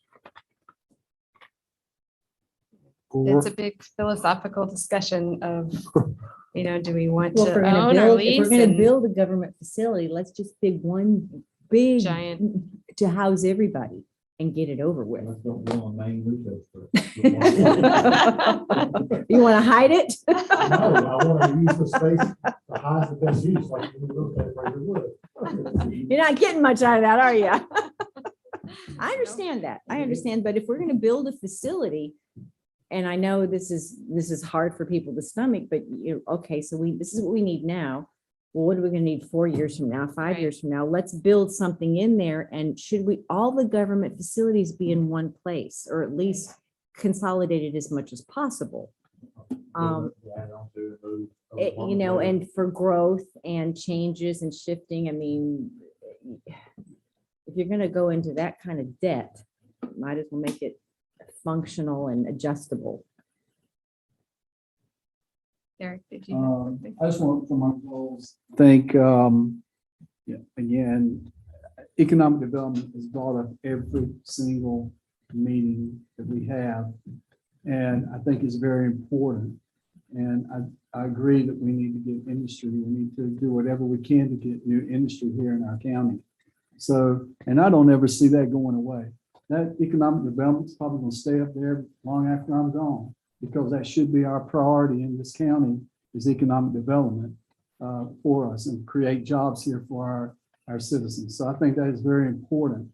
And broadband, Charlie mentioned that. I think broadband is very important, and connectivity, especially for our outlying citizens in the county.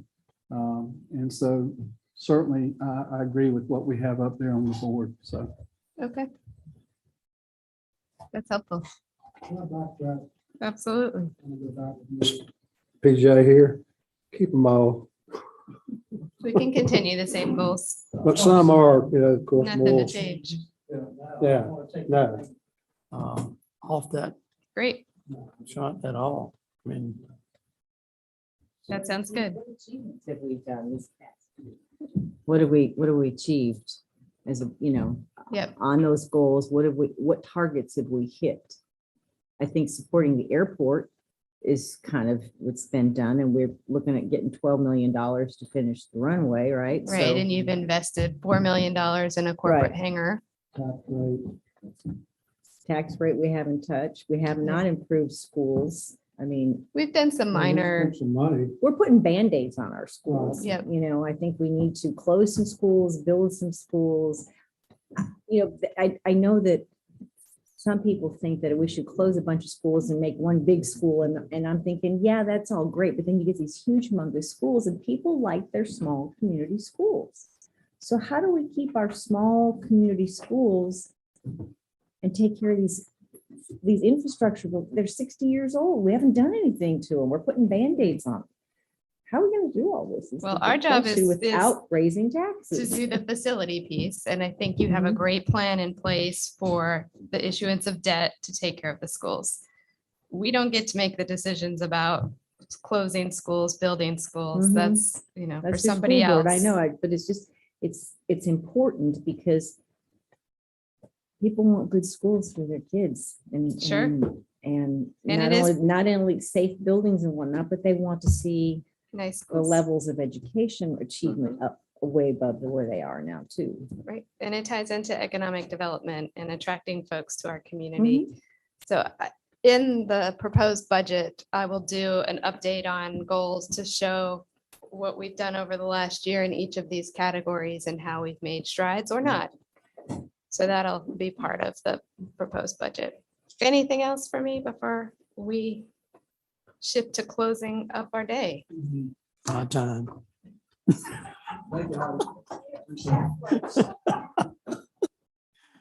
Yeah, so I'm the only thing between you and adjournment. Wow, what a good position to be in. I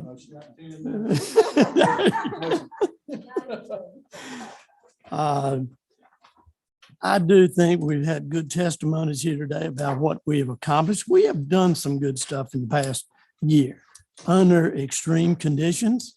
Our staff, they're working above and beyond expectations and doing a good job of it. And sometimes it's hard to put a handle on accomplishments when there's an extreme amount of time invested in all of these goals that we have up there. The meetings, the places we go, the materials we read, the Zooms we attend, and on and on and on. And so sometimes I think there's a false image out there in the public that we don't do anything or we aren't accomplishing anything. And I think we really do or have, and we'll do that going forward based on, again, testimonies we heard this morning, because we all share in that same goal, and that is making Person County a better place to work, live, and raise our children. One thing that I would mention there, keeping the tax rate flat, I think we're all dedicated to that. It stays on the board there. We aren't going to take it off. Another accomplishment I think is very noteworthy is that we transition all of our VFDs to a fire tax revenue system. They know where they stand. It's easy to add to that if need be. We've already talked about that. And at the same time, we did award some bonuses there to the VFDs that accomplished an improvement in their fire ratings, and that equates to savings to the taxpayer. And that was the objective in the beginning. And I think it's a compliment to this board and an accomplishment of the year to go with the conservative approach to spending and a plan that we just heard presented earlier today that does keep us in our lane, so to speak, with finances and doing the right thing there with taxpayers' money. So that contract with that financial planner is, I think, something we should pat ourselves on the back for. And again, stay the course and use taxpayers' money wisely. We continue to support schools and funding, and we're just getting into that and these are somewhat of long-term expenditures, but we're on course. And one of those improvements, or two of those, are the improvements in schools and Piedmont Community Colleges requests for the year. We did fund $2.5 million from the general fund to support capital needs of county government, and that did include Person County Schools and Piedmont Community College. So, you know, those are accomplishments. We did receive special appropriations from the legislature for our volunteer fire departments, and that's good. We even had to hire a new county manager this year, which took an enormous amount of time to get Tell the. me something. I'm County sorry, attorney. county attorney, I'm sorry. Oh, well, wait a minute. Yeah. Yeah, check, yeah, check that off. Done. It's time for lunch, yeah. And the other thing that I've always been excited about is the improvement in our airport facility here. If you remember going back a couple of years, 3 years ago, we thought we had $2 million because we did have a runway extension project approved, and they jerked the rug from under us and took that funding away. I don't know where the credit goes. I'm not looking for credit. I'm looking for improvement. And so I started a letter writing campaign and emails and face-to-face and wherever I could go related to that project. And it did come to fruition this year. We are receiving $12 million in a state allocation. Some of that somewhat surprised me in a sense. I held my breath for quite a while with the Senate and the House, and then it awaited the governor's signature, and it happened. So now, and the finance department, to Amy's credit, has already set up all the line items there to receive $6 million on February 26th, which is a Saturday. You'll likely get it the next Monday, I assume. And then the remaining $6 million will come to the county June 30th. And I really like the way that has happened because that money comes to the county. Then we can move right along with that project. We don't have to ask Raleigh, can we spend this amount of money for this part of that project? I mean, it's here. It will be here. And so we can move right along expediently with that project. And I'm very excited about it. To go along with that, we have a new hangar, corporate hangar that's scheduled to be completed by the end of April. And we're already beginning to get inquiries from those that have that type of aircraft and want to get them here. And that's what it's all about. It's one of a few government entities that is a revenue stream. It's not a liability. So all the progress there, I'm very excited about, as well as some of these others that not only I mentioned, but around the table we mentioned here today too. So we are making progress in Person County. Are we where we want to be? Absolutely not. I think the two things we need to remember is, you know, buzzwords, reality, and common sense. We've got to factor in who we are, where we are, and what our potential is related to that. And I think we'll continue to do a good job of that. So we're only 15 minutes late. So do we have a motion to adjourn? You made the motion. Question? I'm sorry. Oh, you've done it already? You well ahead. Right after we hire a new county manager, we'll adjourn. We have a motion to adjourn. All in favor, say aye. Aye. Opposed, none, motion carried. Thank you, everybody. Thank you all.